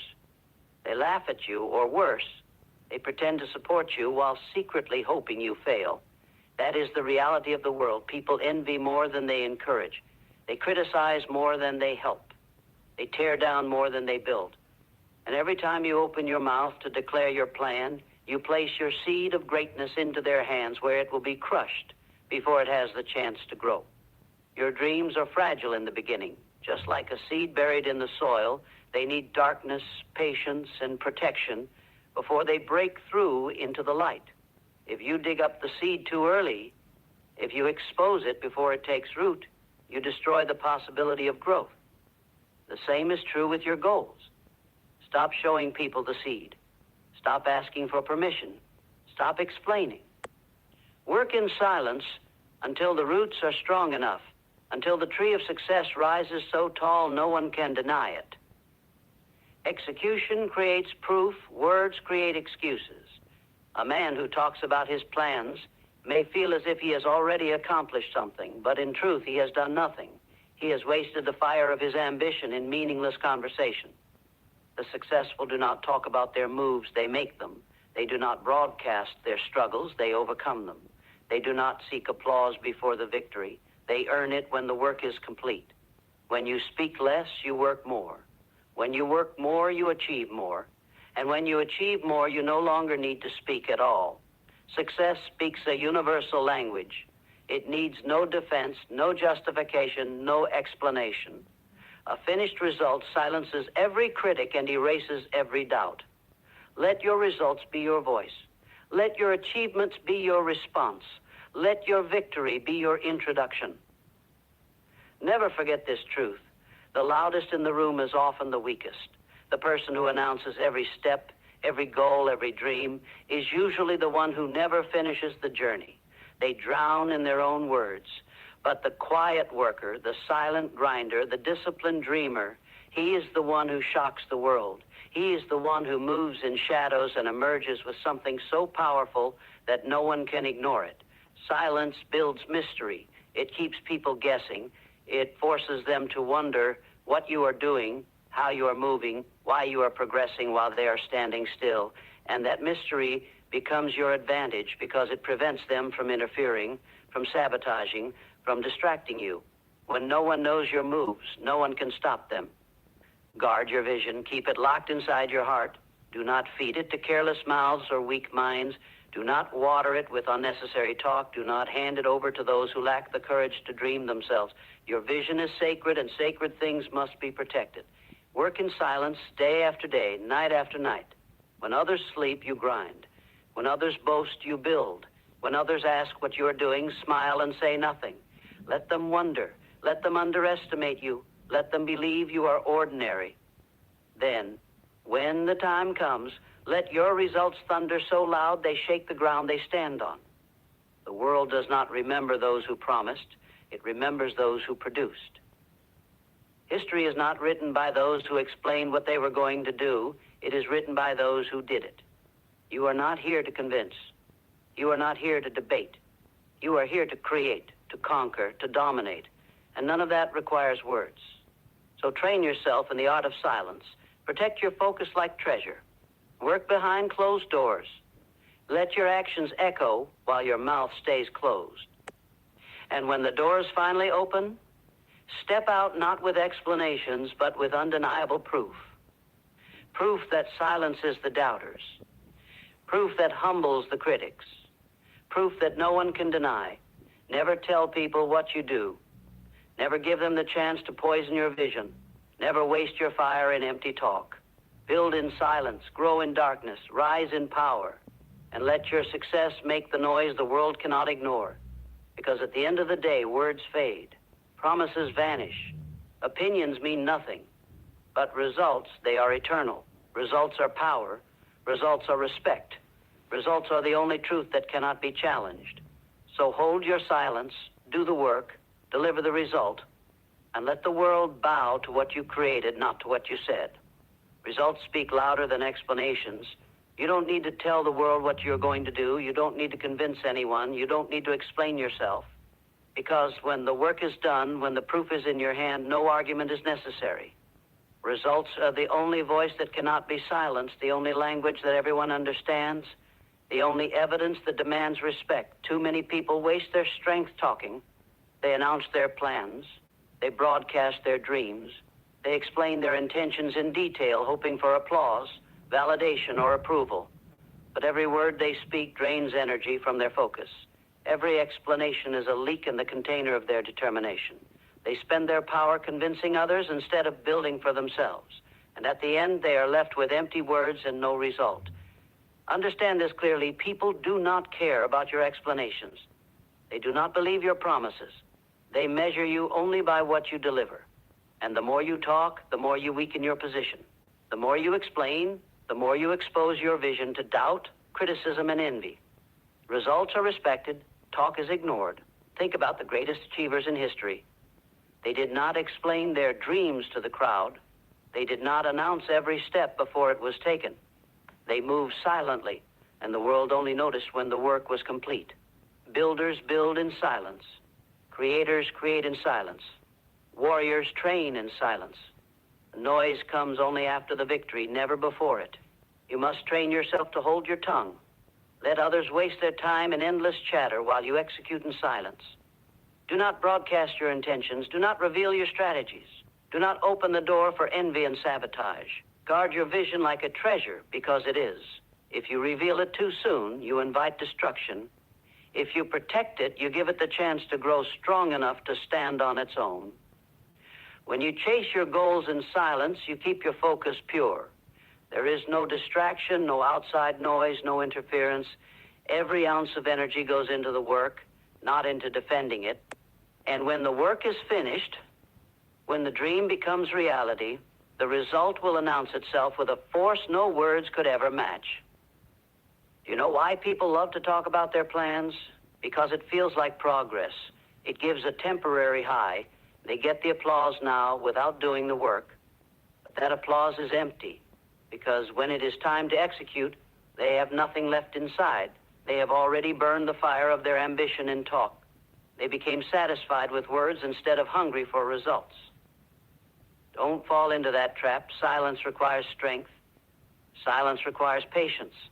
Silence requires discipline. It takes courage to hold back your words, to resist the temptation of announcing your dreams, to endure the waiting without recognition. But those who master silence are the ones who shock the world. They appear suddenly, without warning, carrying a result so powerful that no one saw it coming and no one can deny it. Remember this: promises fade, excuses multiply, but results remain. You do not have to prove yourself to anyone in advance. You do not have to justify your vision. You do not need permission. All you need is the courage to execute, the discipline to stay silent, and the relentless drive to finish what you start. When you do, the result will silence every critic, humble every doubter, and inspire every witness. Results create authority. Results build respect. Results earn admiration. Explanations do none of these. Talking will not give you influence. Explaining will not give you power. Only execution, only delivery, only victory gives you the right to stand tall. So the next time you feel the urge to tell people what you are doing, stop. The next time you want to explain your dreams, stop. The next time you are tempted to reveal your moves, stop. Ask yourself, do I want to talk or do I want to win? Do I want applause now or do I want respect forever? Work in silence, grind in silence, build in silence. Let them wonder what you are up to. Let them underestimate you. Let them think you are doing nothing. Then shock them with undeniable proof. Shock them with results so clear, so powerful, so absolute that no explanation is required. At the end of the day, explanations are forgotten, but results are remembered. Talk is ignored, but results are celebrated. Words are challenged, but results are respected. If you want respect, deliver results. If you want to be heard, deliver results. If you want to be remembered, deliver results. Results speak louder than explanations, so stop talking. Stop explaining. Stop seeking approval. Do the work, deliver the result, and let the world be silenced by what you created, not by what you said. People envy more than they support. That is the truth you must face if you are serious about greatness. Most will not clap for you. Most will not cheer for you. They will smile to your face while secretly hoping you stumble. They will act like friends but feed you doubt. They will give you advice that keeps you small because your growth makes them uncomfortable. Your rise exposes their laziness. Your hunger exposes their weakness. Your success exposes their excuses. Do not expect support from those who have not built anything. Expect envy. Expect resistance. Expect silence. And that is why you must never tell people what you do. Every time you reveal your plans, you invite envy into your life. Every time you share your dream, you put it in the hands of those who do not want to see it happen. They may not stop you directly, but their words of doubt, their subtle discouragement, their hidden negativity will creep into your mind. And once doubt enters, focus weakens. Once focus weakens, discipline crumbles. That is how dreams die. Not from failure, but from exposure to envy. Understand this, your vision was given to you, not to them. They cannot see it, they cannot feel it, they cannot understand it. So when you speak it to them, you expect faith from those who live in fear. You expect courage from those who live in excuses. You expect support from those who envy more than they encourage. That is foolishness. Stop expecting lions to understand sheep. Stop expecting winners' faith from losers' minds. Your dream is a seed. Seeds grow in silence, underground, hidden from the world. If you dig them up too early, they die. If you expose them before they take root, they never grow. Your goals are the same. Protect them in silence. Work on them in secret. Water them with action, not words. And when the roots are strong, when the tree rises, then and only then will the world see what you built. Envy is everywhere. It is in your friends, your family, your colleagues, even in strangers. Some people don't want you to succeed simply because they did not. They gave up, so they want you to give up. They quit, so they want you to quit. They settled, so they want you to settle. But if you are wise, you will not give them the chance. You will guard your dream. You will protect your vision. You will lock your plan inside your heart and work in silence until the result is so undeniable, so powerful, that no envy, no jealousy, no doubt can erase it. The world respects results, not promises. You do not need to tell anyone what you are doing. You do not need to convince them. You do not need to explain yourself. Just execute, just deliver, just produce. When the result is in your hand, when the evidence is real, even your enemies will be forced to respect it. Results shut every mouth. Results silence every critic. Results crush envy under the weight of proof. While others waste time talking, you must be building. While others explain, you must be executing. While others complain, you must be creating. That is how you separate yourself. That is how you escape envy, not by explaining, not by convincing, but by producing results that cannot be denied. Yes, people envy more than they support, but let that fuel you. Let it remind you why silence is power. Let it remind you why your focus must remain unshaken. Let it remind you why execution is everything. Because the same people who envy you now will pretend to support you later once your success is undeniable. The same people who whisper doubts will later claim they always believed in you. Do not waste time proving them wrong with words. Prove them wrong with results. Do not seek applause. Do not seek validation. Do not seek encouragement. Seek only progress. Seek only growth. Seek only results. Because results are louder than envy. Results are stronger than jealousy. Results are respected even by those who hate you. So stay silent, stay focused, stay relentless. Protect your dream from envious eyes. Let them wonder what you are doing. Let them underestimate you. Let them think you are not moving. And then, when the time comes, step forward with a result so undeniable it shocks them into silence. Step forward with proof so powerful that even envy cannot deny it. Step forward with victory so clear that it speaks louder than every word you never said. People envy more than they support. That is why you must never tell people what you do. Keep your vision private. Keep your plan protected. Keep your energy invested in execution, not explanation. Build in silence. Win in silence. Let the envy grow, because envy is powerless against results. At the end of the day, the world does not remember what you said you would do. The world only remembers what you did. Talking attracts doubt, criticism, and distraction. The moment you open your mouth about your plans, you invite the opinions of people who neither understand your vision nor carry your responsibility.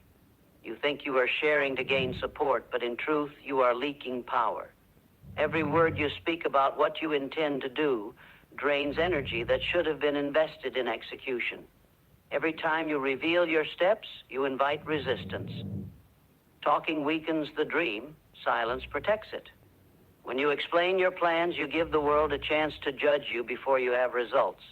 They criticize your idea, not because it is impossible, but because they cannot see what you see. They distract you with their doubts, not because they are wise, but because they are limited. They pull you into endless debates, endless opinions, endless negativity. And by the time you finish defending yourself, you have lost the focus to act. This is why so many people never finish what they start. They wasted their strength in talking instead of building. Talking attracts critics. Critics are always ready. They have nothing to lose, nothing to risk, and nothing to show. Yet they are the loudest. They speak as if they know the future, but their own lives prove they do not. If you allow their voices into your mind, they will poison your belief. They will make you doubt what you once felt certain about. They will turn your conviction into hesitation, and hesitation destroys momentum. Talking also attracts envy. Some will never want to see you win because your victory is their reminder that they quit on themselves. They will smile at you while secretly hoping you fail. They will nod while planting seeds of doubt. They will act supportive while whispering behind your back. You must understand this truth. Not everyone around you is for you. Many watch only to see if you stumble. That is why silence is not weakness. It is protection. And let us not forget distraction. The more you talk about your dream, the more you trick your own mind into thinking you've already achieved something. You feel good explaining it. You feel powerful announcing it. But that satisfaction is fake, and it robs you of real hunger. You get the applause before you've earned it. You get the recognition before you've done the work, and suddenly the fire inside you cools. Talking is the thief of discipline. Silence is different. Silence is power.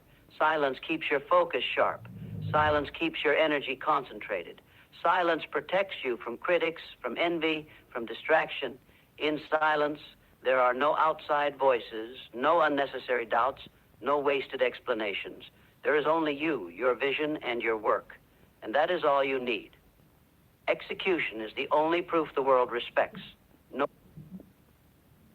Staying calm is not about being polite, patient, or pretending to be kind. Staying calm is about power. The moment another person controls your emotions, you hand them authority over your life. Unbearable people don't destroy your peace. Your reaction does. And that is the brutal truth most people refuse to accept.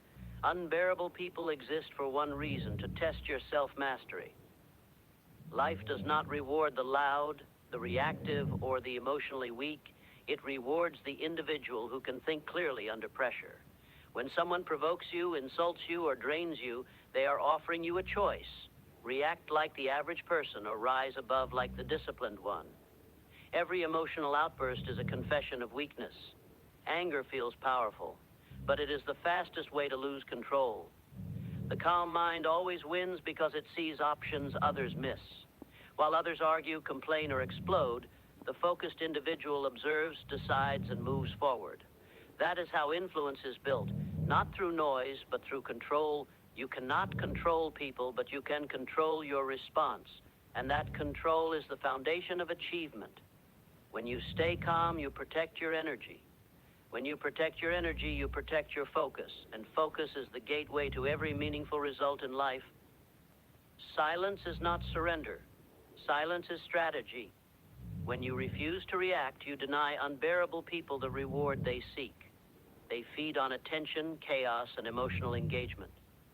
Starve them. Let your actions speak where words would only weaken you. Understand this clearly. Ego is the real enemy. The need to be right, to win arguments, to prove yourself, that urge will cost you more than any insult ever could. Strong minds do not argue with distractions. They move past them. Every time you stay calm, you train your mind for greater challenges. You are not just surviving the moment, you are building discipline. And discipline compounds. Today it's an annoying person. Tomorrow it's pressure, setbacks, and obstacles that would crush the undisciplined. Calm people make better decisions. Better decisions create better outcomes. Better outcomes create authority, respect, and success. This is not emotional advice. This is practical power. So the next time you face an unbearable person, remember this: they are not in your way. They are your training ground. Stay calm, stay focused, and let your self-mastery do the talking. That is how winners think. That is how leaders move. That is how control is earned. If you want, I can. Calm is power, not personality. It is not softness, not politeness, not weakness dressed as maturity. Calm is the visible result of inner control. When you stay calm, you are not being passive. You are asserting dominance over chaos. The world is loud, emotional, impatient, and reactive. Anyone can lose control. Anyone can explode. But very few can remain steady when pressure rises. That steadiness is not accidental. It is trained. And it separates leaders from followers, winners from complainers, thinkers from noisemakers. Most people believe unbearable people are the problem. They are wrong. Unbearable people are constant. They will always exist in workplaces, families, markets, and societies. The real problem is the lack of discipline in the mind that reacts automatically. The moment someone's words shake you, distract you, or push you into emotional response, you have already lost leverage. Not because they were strong, but because you were unguarded. Every reaction costs energy, and energy is currency. Spend it on arguments, ego battles, and emotional drama, and you will have nothing left for creation, progress, or growth. Calm people conserve energy. They choose where to invest it. They don't waste it proving points to people who don't matter or reacting to behavior that has no long-term value. When someone provokes you and you react emotionally, you give them exactly what they want: control. Control over your mood, control over your focus, control over your time. Calm removes that control. Calm turns the situation around. Suddenly you are observing while they are exposed. Suddenly you are thinking while they are leaking emotion. That shift alone changes the entire dynamic. Anger feels powerful, but it is borrowed power. It burns fast and leaves nothing behind. Calm is earned power. It builds slowly and compounds. A calm mind can see consequences. An angry mind can only see the moment. That is why most people sabotage themselves at critical points. Not because they lack intelligence, but because they lack emotional command. The disciplined individual understands a simple law: you cannot always choose what happens to you, but you always choose how much control it has over you. Calm is that choice in action. It is the refusal to let external behavior dictate internal state. It is the decision to stay centered while others lose balance. Silence in these moments is not weakness. Silence is precision. Words spoken emotionally reduce your position. Words spoken calmly increase it. And sometimes the strongest response is no response at all. When you do not react, you deny others the satisfaction of disruption. You force them to confront their own behavior without your participation. That is psychological strength. Unbearable people often rely on one thing: predictable reactions. They expect anger, defense, explanation, or justification. When they do not receive it, they lose ground. Calm breaks their pattern, and when patterns break, power shifts. Ego is the real trap. The need to be right, the need to be heard, the need to win arguments. These needs drain focus and create unnecessary battles. Strong minds do not argue for validation. They act with intention. They move forward while others stay stuck proving themselves. Every time you choose calm over reaction, you train your mind for higher responsibility. You are not just handling a person, you are straying. Thinning your ability to operate under pressure. Today it is an irritating conversation. Tomorrow it is a critical decision, a financial risk, a leadership moment. The habit of calm carries over. Calm also sharpens judgment. When emotions are quiet, logic becomes clear. You begin to see motives, patterns, and outcomes more accurately. You stop taking things personally and start seeing them strategically. That shift alone elevates your thinking above the average. Success does not belong to the loudest or the most reactive. It belongs to those who can remain focused while others lose direction.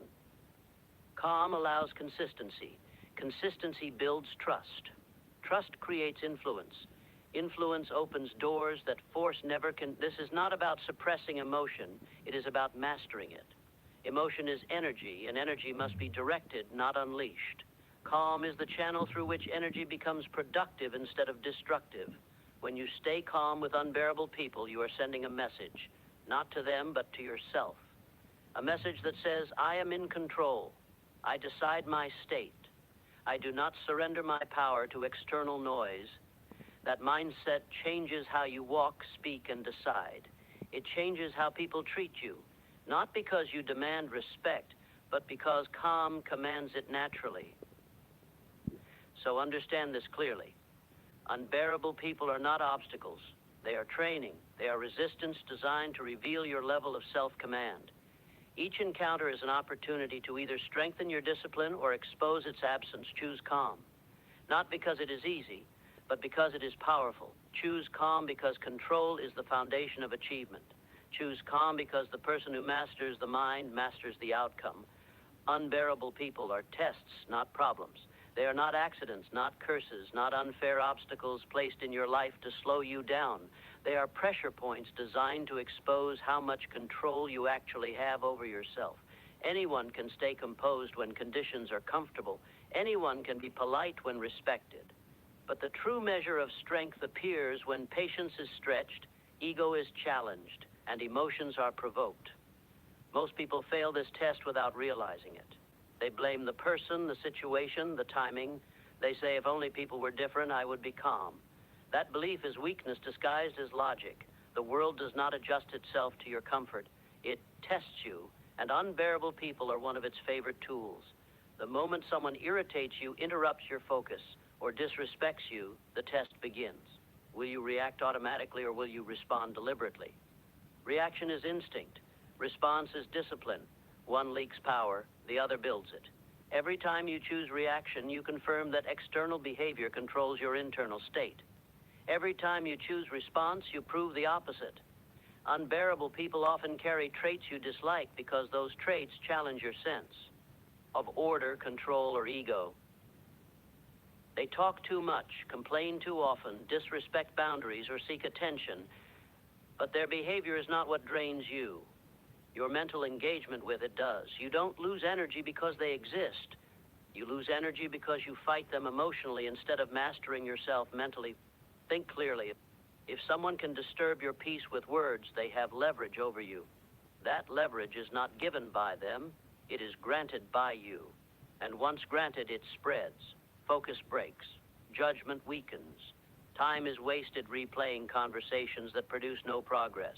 Unbearable people test whether you are governed by emotion or by intention. Emotion is fast, loud, and short-sighted. Intention is quiet, controlled, and long-term. The undisciplined mind chooses the first and pays for it later.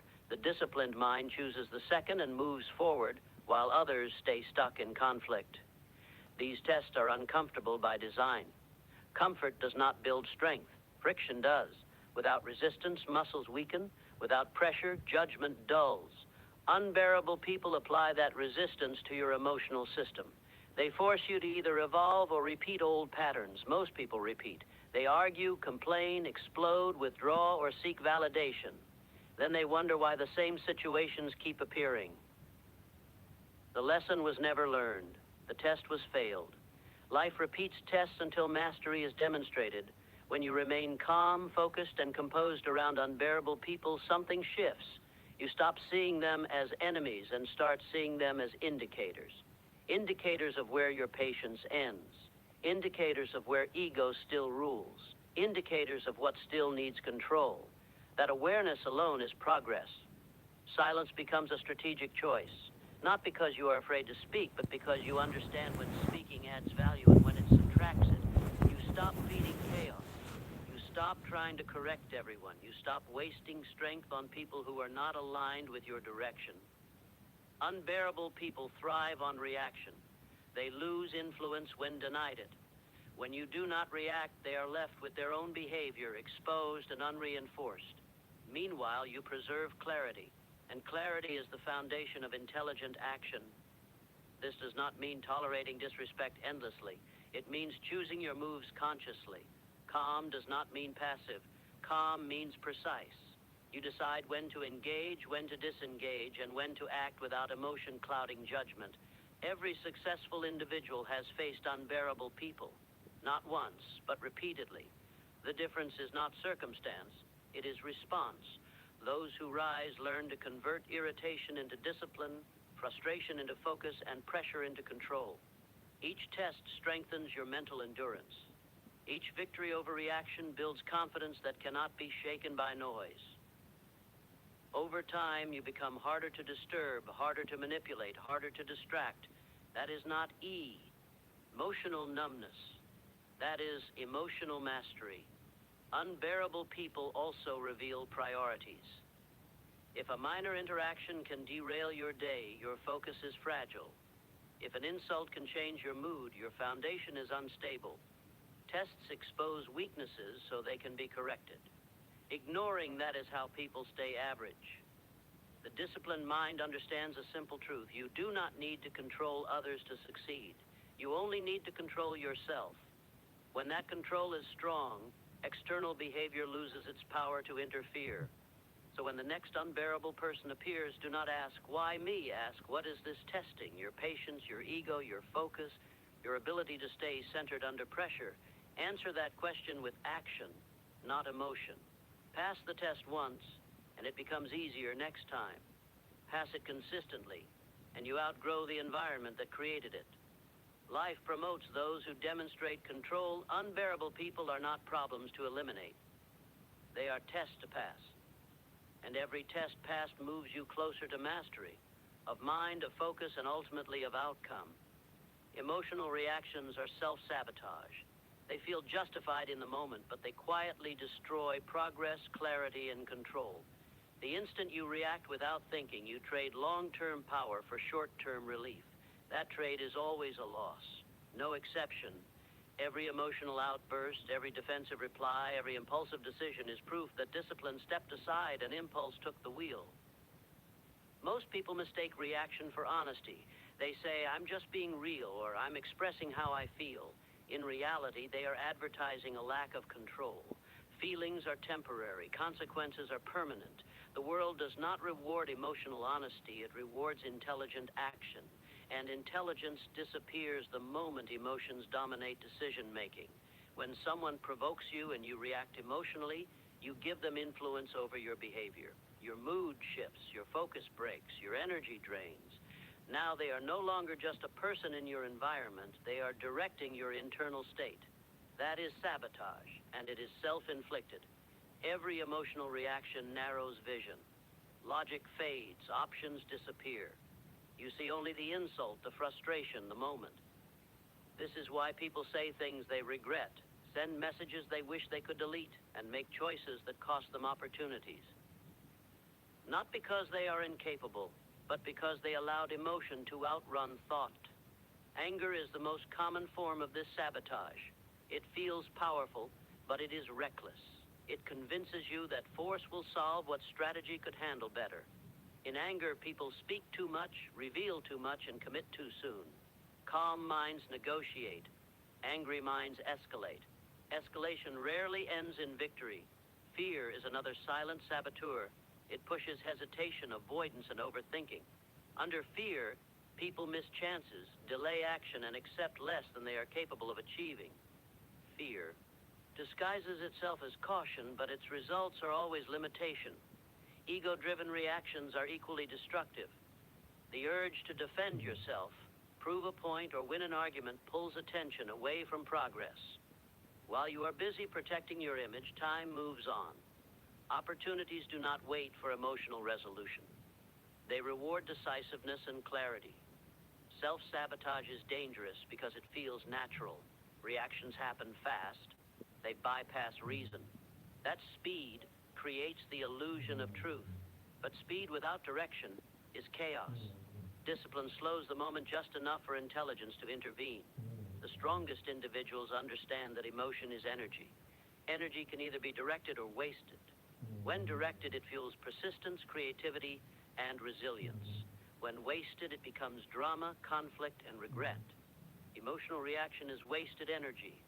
Every reaction trains the mind.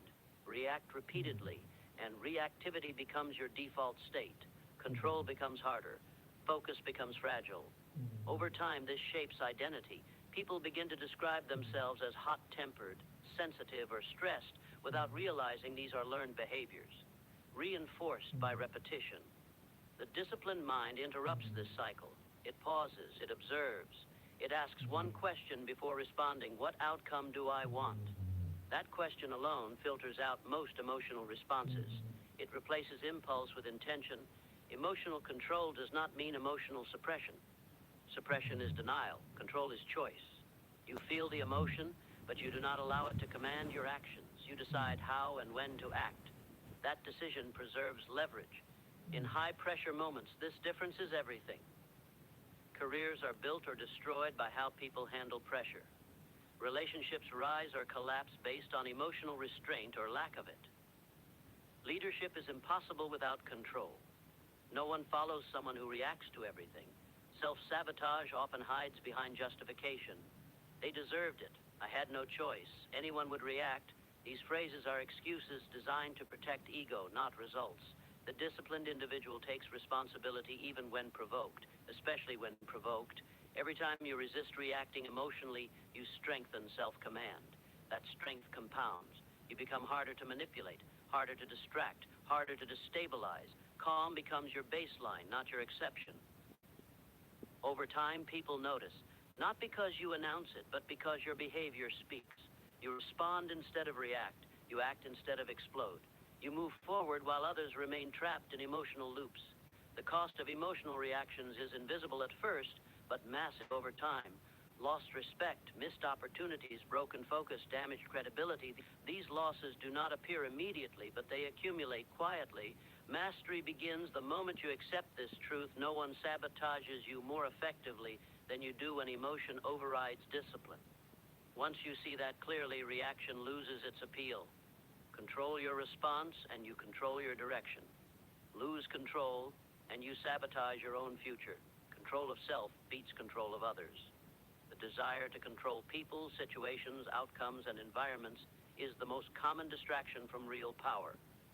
People exhaust themselves trying to manage behavior that was never theirs to command while neglecting the one domain that determines everything else, their own mind. External control is fragile. Internal control is permanent. The urge to control others comes from insecurity, not strength. When you feel stable within yourself, you don't need to dominate conversations, manipulate outcomes, or force agreement. You act with clarity, and clarity influences more effectively than pressure ever could. The world resists control, but it responds to certainty. Most conflicts are born from the illusion that you can change people by force, emotion, or argument. You cannot. You can pressure, intimidate, persuade, or guilt, but none of it lasts. People may comply temporarily, but internally they resist. And resistance always finds a way to surface. Trying to control others is a constant battle with diminishing returns. Self-control, on the other hand, compounds. The moment you master your reactions, your focus, and your discipline, your presence changes. You speak less, but with more weight. You act without desperation. You stop chasing compliance and start attracting cooperation. That is the difference between authority and control. When you lack self-control, you seek it externally. You argue more, you interrupt more, you explain yourself excessively. You demand respect instead of earning it. All of these behaviors reveal instability. People sense it instantly, even if they cannot articulate it. Control of self begins with emotional command. If someone can trigger anger, insecurity, or defensiveness in you, they already have leverage. Not because they are powerful, but because your inner state is unguarded. Emotional control removes that leverage completely. Insults lose weight. Provocation loses purpose. Manipulation fails. This does not mean disengaging from the world or becoming indifferent. It means choosing when and how to engage. Self-control gives you options. Lack of it forces reactions. Options create power. Reactions create regret. Those who master themselves understand timing. They know when to speak and when silence will speak louder. They know when to push and when patience will achieve more. They know that forcing outcomes often destroys them, while allowing events to unfold under calm guidance produces better results. People who try to control others are always tense. They monitor behavior constantly. They correct endlessly. They feel threatened by independence and disagreement. This tension drains energy and clouds judgment. Meanwhile, the self-controlled individual is free. Their stability does not depend on obedience, Sephar. All mothers. True influence does not announce itself. It operates quietly. When you are consistent, calm, and disciplined, people adjust naturally. They mirror your pace. They respect your boundaries. Not because they are told to, but because stability commands respect. History, business, leadership, and personal relationships all reveal the same pattern. Those who cannot control themselves lose credibility. Those who control themselves gain trust. Trust creates followership. Followership creates impact. Self-control also protects you from manipulation. Emotional people are predictable. Predictability makes them easy to provoke, distract, and derail. The controlled mind is unpredictable in the best way, not reactive, not impulsive, not easily pushed. That unpredictability keeps leverage in your hands. The strongest individuals are not loud. They are centered. They do not need to dominate rooms to be felt. Their calm creates gravity. Their decisions carry weight because they are not driven by impulse or insecurity. Trying to control others often leads to resentment. Resentment poisons relationships and environments. Self-control, by contrast, creates respect even in disagreement. You can disagree without conflict when ego is not in charge. Every moment presents a choice, attempt to control what you cannot or master what you can. One path leads to frustration. The other leads to freedom. Freedom of thought, freedom of action, freedom from emotional dependency on external behavior. When you control yourself, you no longer need others to behave a certain way for you to be effective. You adapt, you adjust, you move forward regardless of conditions. That ability is rare, and rarity creates value. This is why self-control is the foundation of leadership. Not titles, not authority, not force. Leadership begins with mastery of self. Without it, everything else collapses under pressure. Control of self beats control of others because it cannot be taken away. It cannot be resisted. It cannot be manipulated. It shapes how you think, decide, and act in every situation. Master yourself, and you will never need to chase power. It will follow you naturally. Silence is a strategic weapon. It is not the absence of strength, but the presence of control. In a world addicted to noise, explanation, and constant reaction, the person who can remain silent holds an unfair advantage. Most people speak to release emotion, to defend ego, or to fill discomfort. The disciplined individual uses silence to observe, to think, and to choose precisely. Talking too much is rarely confidence. It is often insecurity leaking out. People explain themselves excessively when they want validation. They argue when they want control. They interrupt when they fear losing attention. Silence removes all of that weakness. It reveals nothing and forces others to reveal themselves.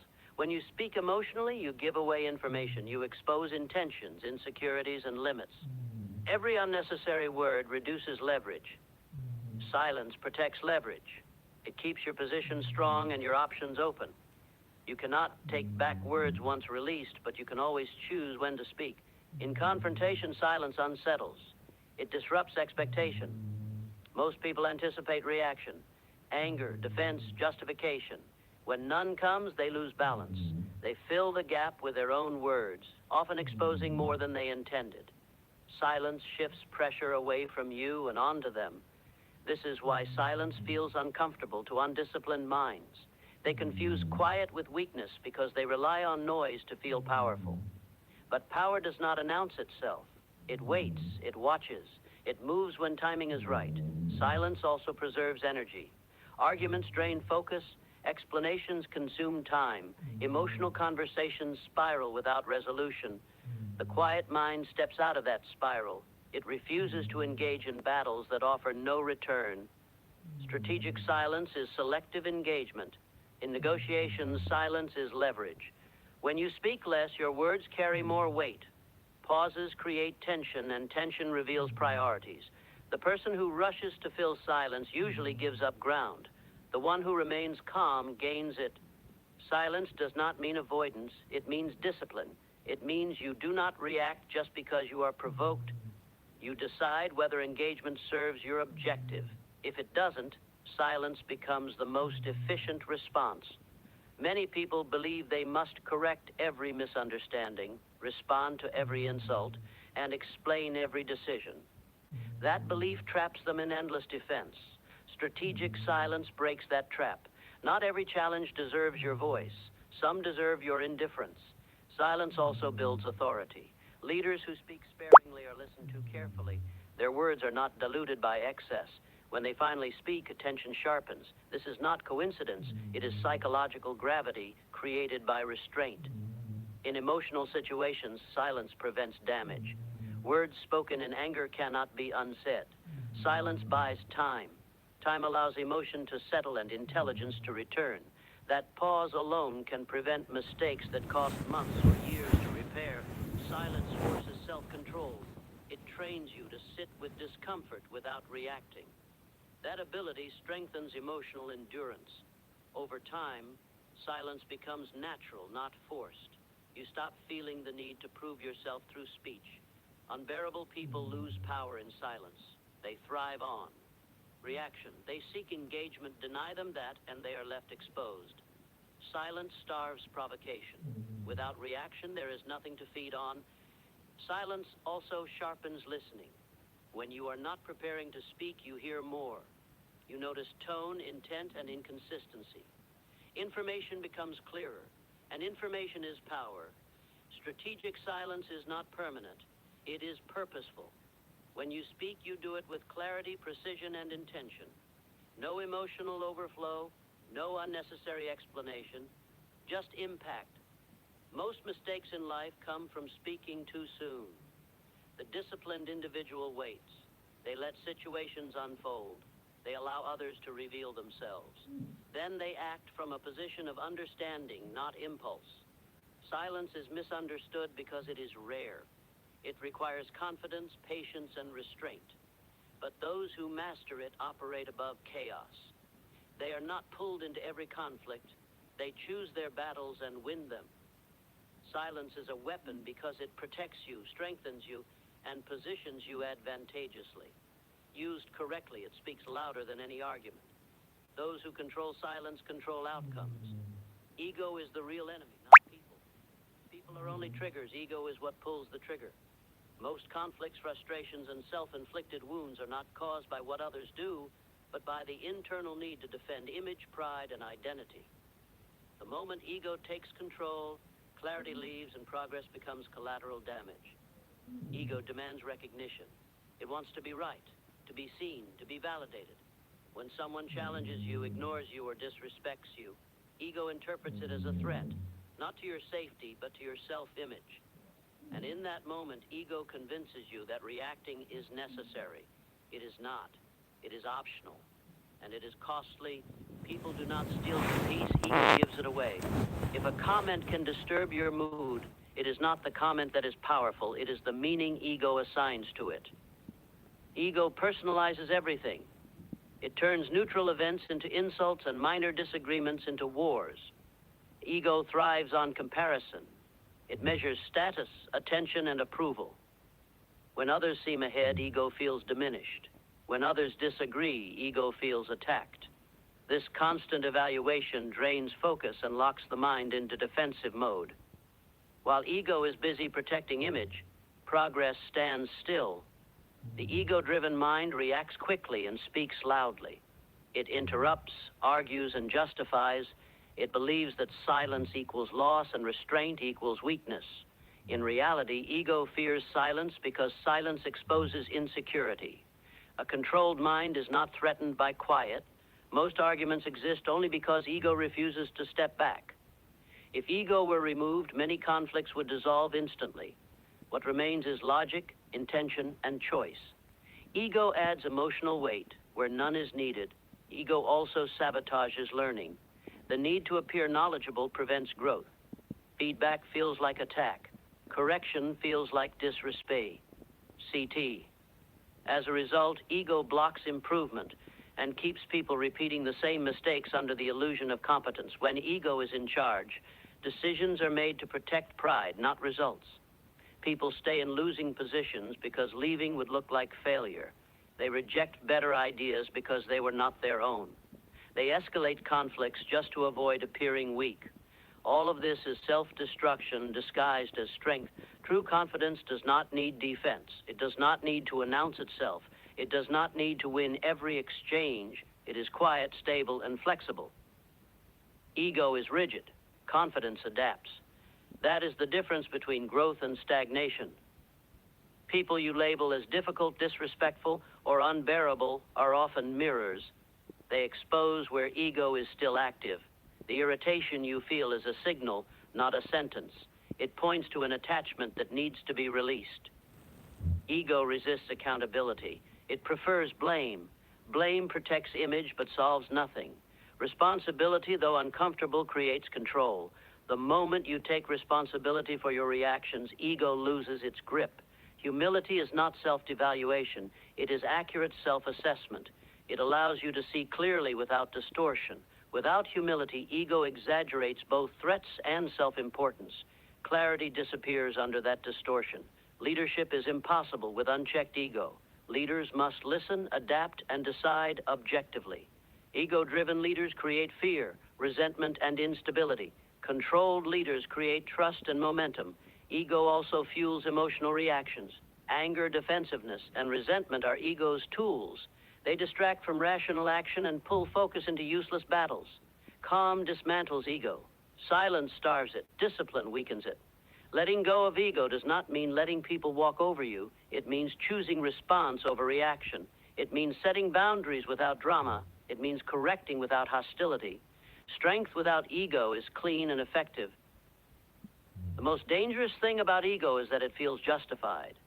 It convinces you that you are protecting yourself, when in reality you are protecting a fragile image.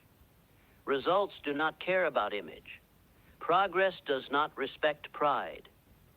When ego steps aside, life becomes simpler. Decisions become clearer. People lose their power to provoke. Focus sharpens. Energy is no longer wasted on proving, defending, or comparing. Ego is not defeated by force. It is dissolved by awareness. The moment you see it, it weakens. The moment you question it, it loses authority. People are not the enemy. Circumstances are not the enemy. Ego is the real enemy. And mastery begins the moment you stop fighting the world and start disciplining the self. Focus collapses when emotions lead. The moment feelings take the driver's seat, attention fractures, priorities blur, and progress slows to a crawl. Emotion feels urgent, loud, and convincing, but it is short-sighted. It reacts to the moment, not the miss. Ion. When emotion leads, focus no longer serves purpose. It serves impulse. Most people don't lose focus because they lack goals. They lose focus because they allow every emotional signal to redirect their attention. A comment, a delay, a setback, an insult, suddenly the mind is no longer on the task. It is replaying conversations, defending pride, or feeding frustration. Work stops, but the mind stays busy. That busyness is mistaken for productivity, yet nothing of value is being built. Emotion narrows vision. When you are angry, you see only the problem. When you are afraid, you see only the risk. When you are excited, you ignore consequences. Each emotional state distorts reality in its own way. Focus requires perspective, and perspective disappears when emotion dominates. This is why pressure breaks most people. Under stress, emotions rise. As they rise, focus weakens. Decisions become rushed or avoided. Details are missed. Discipline fades. What looked manageable suddenly feels overwhelming, not because the task changed, but because emotion hijacked attention. Emotional leadership of the mind creates constant switching. One moment you are motivated, the next you are discouraged. One comment lifts you, another ruins your mood. Focus cannot survive in a mind that keeps changing direction. Consistency requires emotional stability. The disciplined individual understands that emotion is information, not instruction. Feelings signal something, but they do not decide action. When you treat emotion as a command, you surrender control. When you treat it as data, you retain authority over your behavior. Most distractions are emotional in disguise. Procrastination is often fear. Overworking is often anxiety. Arguing is often ego. Scrolling endlessly is often avoidance. Until emotion is addressed, focus will always be temporary. Focus thrives on clarity. Clarity requires calm. Calm does not eliminate emotion, it contains it. It creates space between feeling and action. In that space, intention can operate. People who achieve sustained results are not emotionless. They are regulated. They feel frustration without quitting. They feel excitement without losing discipline. They feel pressure without panicking. That regulation keeps focus intact even when conditions are unstable. When emotions lead, priorities shift toward comfort. You choose what feels good now instead of what builds progress. You avoid difficult tasks. You chase quick relief. Focus demands discomfort. Emotion resists it. This is why motivation alone is unreliable. Motivation is emotional. It rises and falls. Focus anchored to emotion will rise and fall with it. Discipline anchors focus to commitment, not mood. In emotionally charged moments, silence and pause become critical tools. They prevent impulse from turning into action. They protect focus by slowing the process long enough for logic to return. Every emotional reaction trains the brain. React often and focus becomes far agile. Regulate consistently and focus becomes resilient. Over time, your default state shifts from reactive to deliberate. The world rewards those who can maintain focus under emotional pressure. Deadlines, conflict, competition, and uncertainty are constants. Emotional leadership collapses under these conditions. Self-leadership endures. Focus is not the ability to concentrate once. It is the ability to return to the task again and again, regardless of internal noise. That return is impossible when emotion is in control. When you feel overwhelmed, it is rarely because there is too much to do. It is because emotion is pulling attention in multiple directions. Calm brings attention back to one point, one task, one decision. Strong focus also protects mental health. Constant emotional swings exhaust the nervous system. Stability restores it. A regulated mind conserves energy and applies it where it matters. You cannot eliminate emotion, but you can refuse to let it lead. When emotion leads, focus collapses. When discipline leads, focus sharpens. Master the order, feel, then think, then act. Reverse it and everything breaks. Every reaction trains your future behavior. Nothing you do in the moment is isolated. Every response, every outburst, every pause, every restraint is a rehearsal for who you are becoming. The mind is always learning, always recording patterns. It does not judge whether a reaction is good or bad. It only learns what is repeated. And what is repeated becomes automatic. Most people believe reactions are harmless because they feel temporary. Anger fades, frustration passes, excitement cools down. But the nervous system remembers. The brain wires itself around what you do most often under pressure. React emotionally today and you make it easier to react emotionally tomorrow. Pause today and restraint becomes easier next time. This is not philosophy, this is conditioning. The danger is that reactions feel justified. Someone disrespects you and anger feels appropriate. Something goes wrong and frustration feels natural. But the brain does not care about justification. It cares about behavior.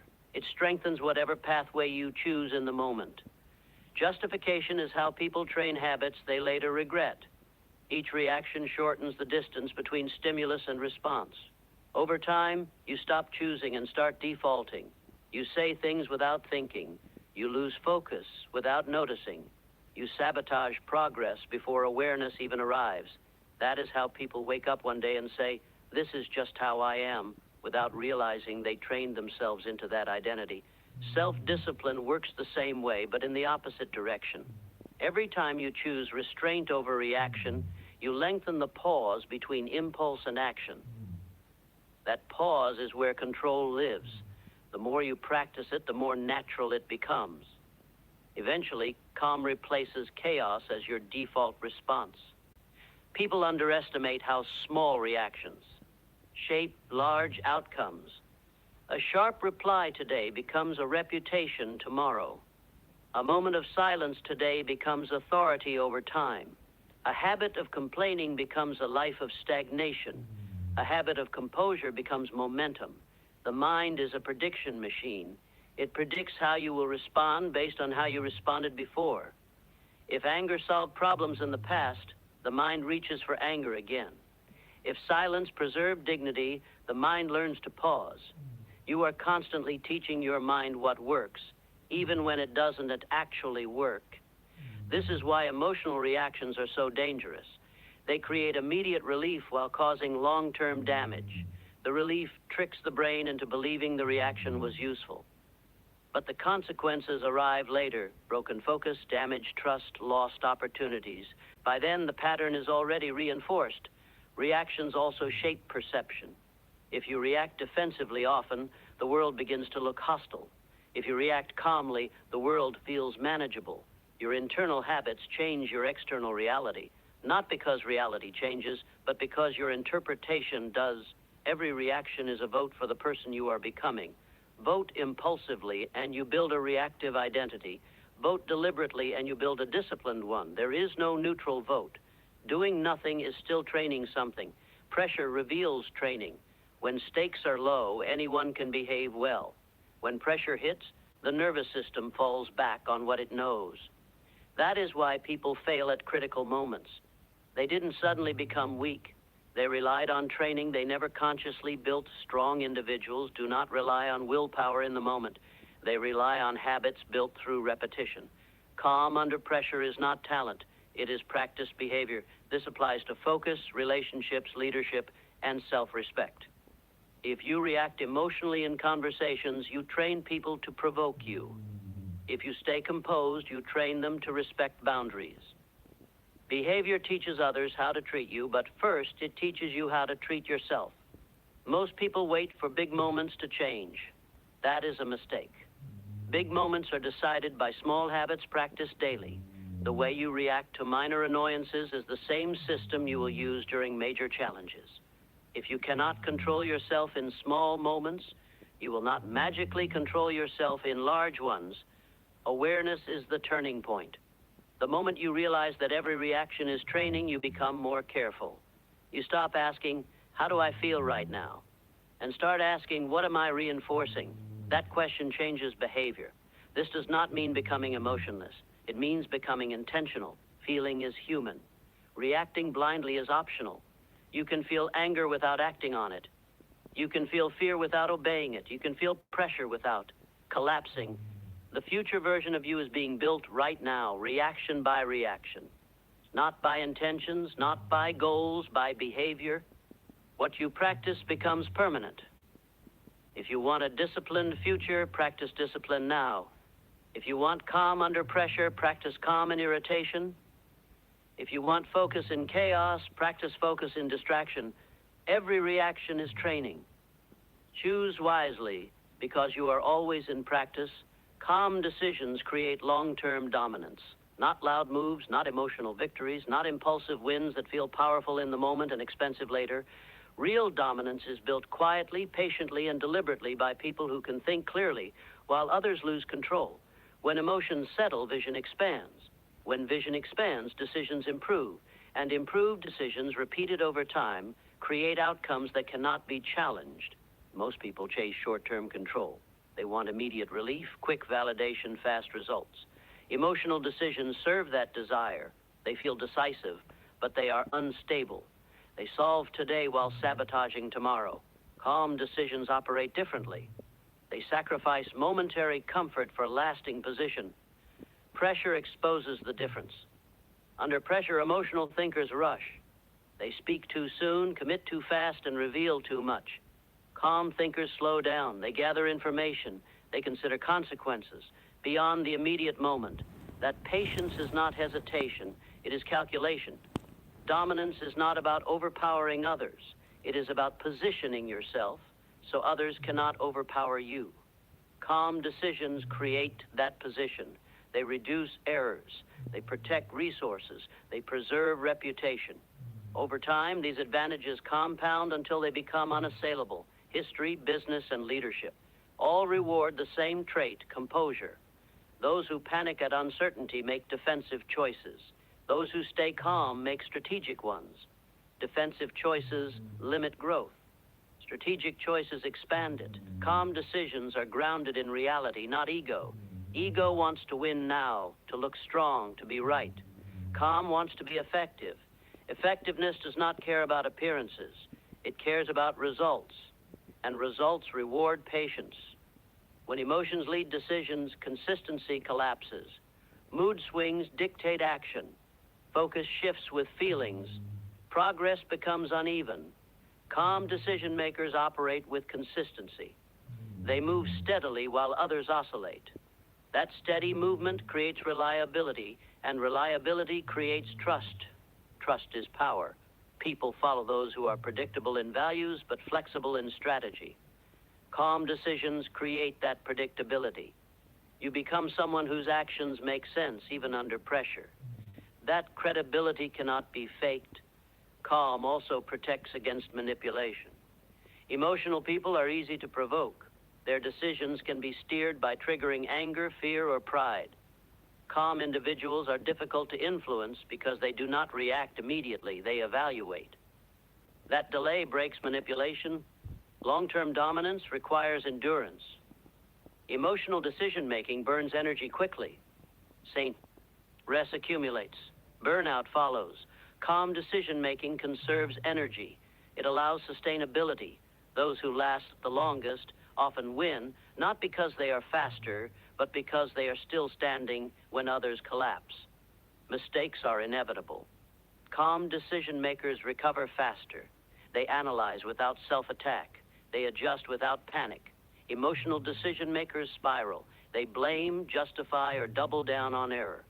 Recovery speed determines long-term advantage. Calm decisions also shape culture. In teams, families, and organizations, emotional leadership creates fear and instability. Calm leadership creates safety and clarity. People perform better when they are not bracing for emotional volatility. Dominance built on calm is quiet. It does not announce itself. It reveals itself through results. Over time, patterns emerge. The calm decision-maker avoids unnecessary conflicts, builds stronger alliances, accumulates influence. Every decision you make is a vote for your future position. Emotional votes create spikes and crashes. Calm votes create upward trends. Trends beat moments. Always, calm decision-making is a skill, not a personality trait. It is trained through restraint, reflection, and repetition.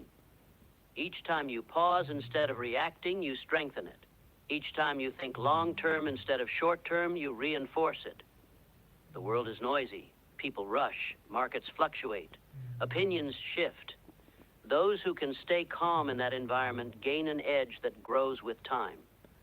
While others exhaust themselves chasing immediate wins, the calm thinker builds infrastructure for lasting success.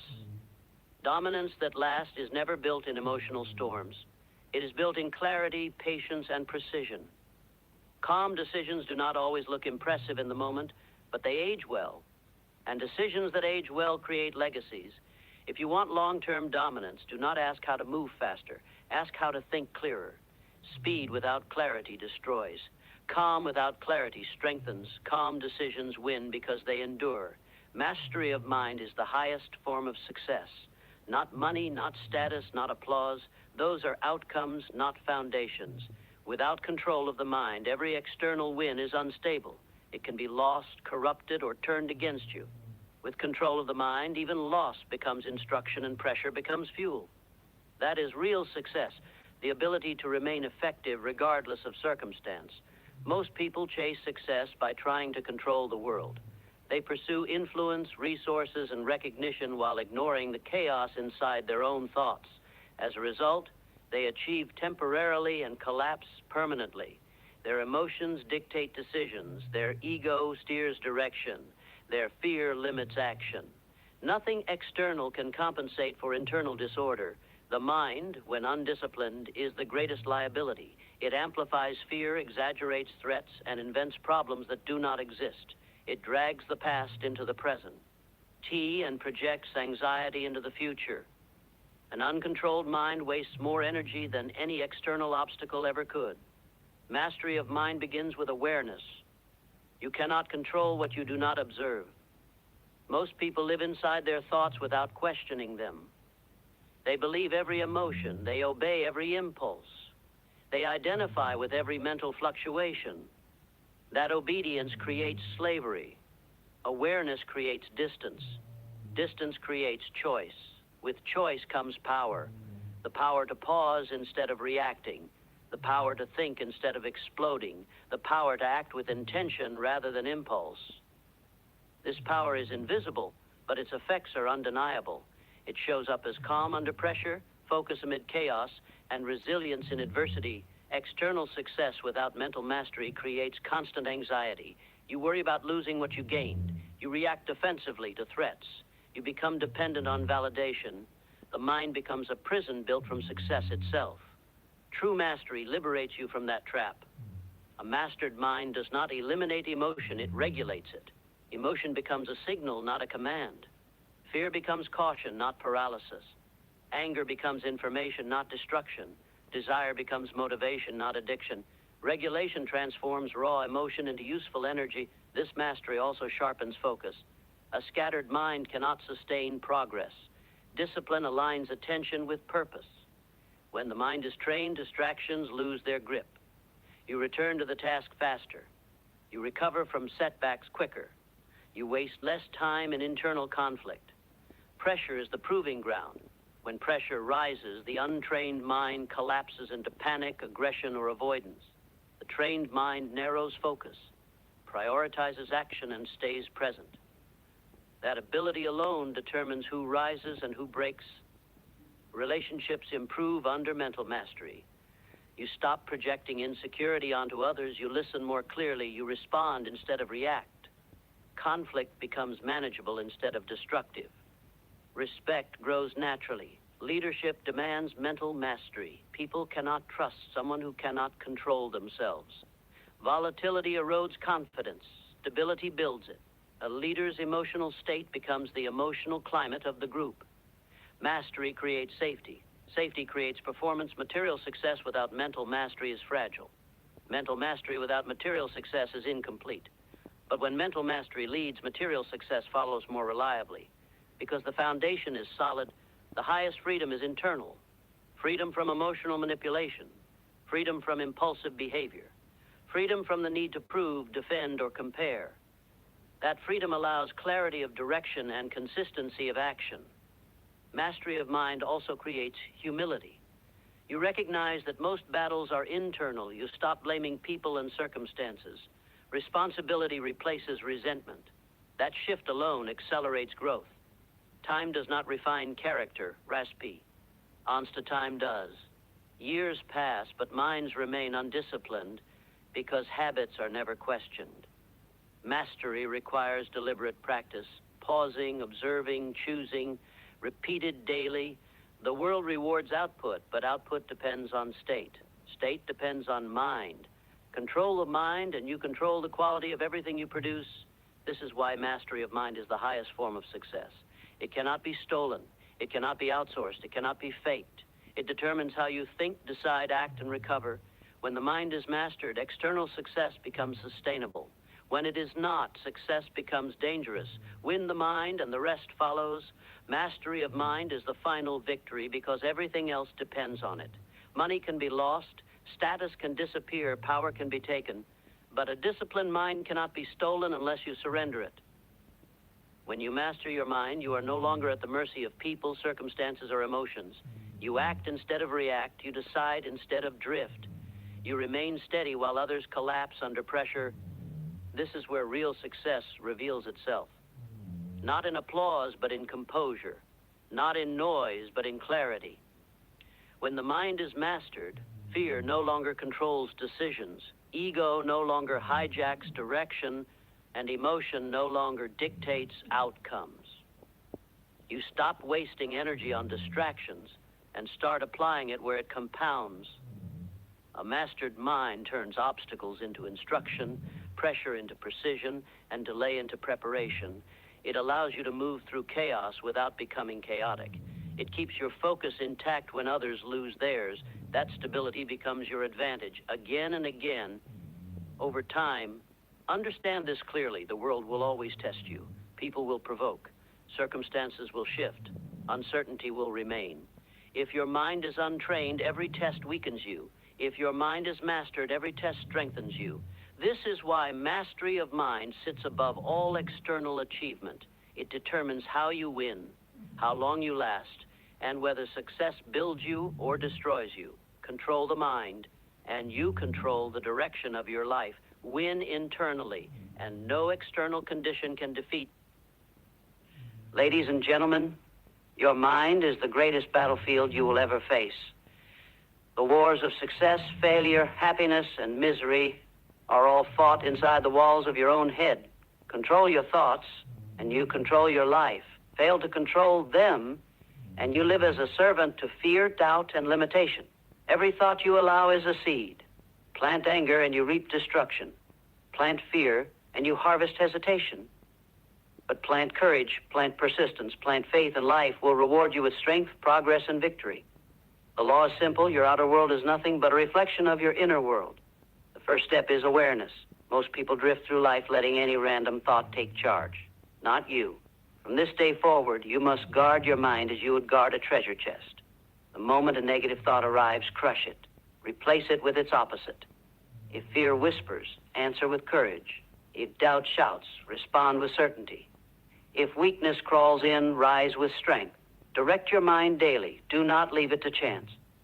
The mind left unattended becomes a playground for failure, but the mind that is disciplined, trained, and focused becomes a weapon of creation. Visualize what you want. See it. Feel it.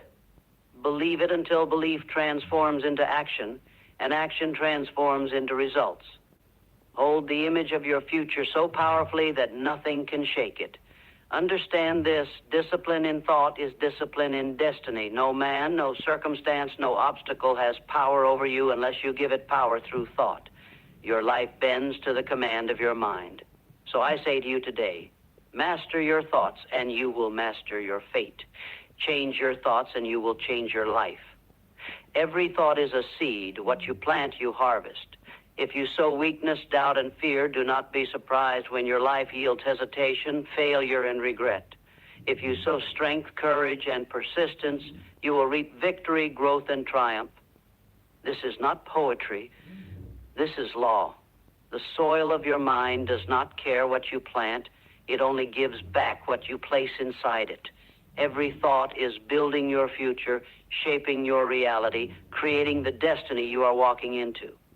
The tragedy is that most people scatter weeds into their minds every day and then complain about the harvest. They dwell on fear, they dwell on what might go wrong, they dwell on the obstacles in their path, and then wonder why their life is filled with barriers. But you are not like most people. You are here because you are ready to take command of your thoughts, and in doing so, take command of your life. The first truth you must accept is this: your dominant thoughts shape your destiny. Not the fleeting ideas that flash across your mind and disappear, but the consistent, repeated thoughts that take root and grow deep. If you constantly think about your failures, you create a mindset of failure. If you consistently think about success, strength, and possibility, you program your mind for victory. The universe, the subconscious mind, the very energy around you begins to align with the vibration of your thoughts. What you hold in your mind with conviction, you will hold in your hands in reality. But here is where the battle begins.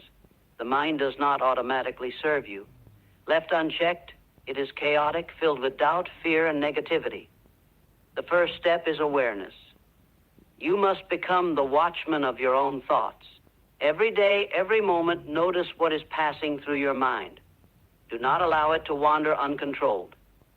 The second you become aware of a negative thought, reject it. Do not let it take root.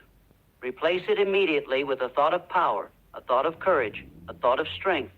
If the mind whispers, you cannot do it, you must shout back, I will, I must, I am already becoming it. If doubt says, you are not enough, you must answer, I am more than enough, and I am growing stronger every day. The mind responds to repetition, to conviction, to belief. Speak into it the thoughts you want to dominate your life. Understand this: your thoughts control your emotions control your actions, and your actions control your results. It all begins in the invisible world of thought. If you can master that invisible battlefield, you can master everything else. This is why the discipline of the mind is the discipline of destiny. Visualize your future, not in a vague, half-hearted way, but with clarity and intensity. See yourself already in possession of the life you desire. Feel it as if it were real now. The brain does not distinguish between a vividly imagined experience and reality. It begins to wire itself according to the pictures you hold. The more you see it, the more you believe it. The more you believe it, the more you act upon it. And action, repeated with persistence, will make it reality. But visualization without discipline is only fantasy. You must train your mind daily, as you would train a muscle. Just as the body grows stronger with resistance, the mind grows stronger when challenged and controlled. Begin every morning by choosing your thoughts deliberately. Declare who you are, what you will achieve, and how you will face the day. End every night by reviewing your victories, no matter how small, and reinforcing the belief that tomorrow you rise even stronger. Guard your mind as you would guard a fortress. Do not allow gossip, negativity, or the poison of small thinkers to infiltrate your thoughts. What you allow into your ears and eyes enters your mind, and what enters your mind becomes your life. If you want greatness, feed your mind with greatness. If you want courage, feed your mind with stories of courage. If you want success, surround yourself with voices, books, and people who breathe success. There will be days when negative thoughts attack with full force. There will be moments when fear and doubt seem stronger than faith and confidence. In those moments, remember this: you are not your thoughts. You are the master of your thoughts. You have the power to choose. You have the authority to direct. You are not a slave to the voice of fear. You are the commander who silences it. And when you begin to live this way, something remarkable happens. Your inner world changes first. You feel stronger, more focused, more determined. Then your outer world begins to bend and shift to match that strength. Opportunities appear where before there were none. People are drawn to your conviction. Obstacles that once seemed immovable begin to fall before you. This is the power of mastering thought. So hear me clearly. If you wish to change your life, you must change your thoughts. If you desire success, you must think success. If you desire strength, you must think strength. If you desire freedom, you must think freedom. What you consistently hold in your mind with belief and with discipline must eventually show up in your life. Every thought is a seed. Plant wisely. Guard your garden. Nurture only the thoughts that lead to your highest vision, and starve the weeds that would choke your destiny. Control your thoughts, and you will control your future. Change your thoughts, and you will change your life. Your dominant thoughts shape your reality. The world you live in right now is not an accident, not a coincidence, not the result of chance. It is the reflection of the thoughts you have repeated, believed, and allowed to dominate your mind. Every action you have ever taken began first as a thought. Every success you have achieved was born in the soil of thought. Every failure you have endured was watered by the same. The truth is inescapable. Whatever you allow to rule your mind will eventually rule your life. The human mind is the most powerful tool in existence, yet it does not come with a manual. Most people let their minds run like an untamed wild horse, pulling them into fear, into doubt, into hesitation. They wonder why their life feels out of control, but the answer is simple. The rider has lost the reins. You cannot afford to drift. If you do not command your thoughts will command you, and where they take you will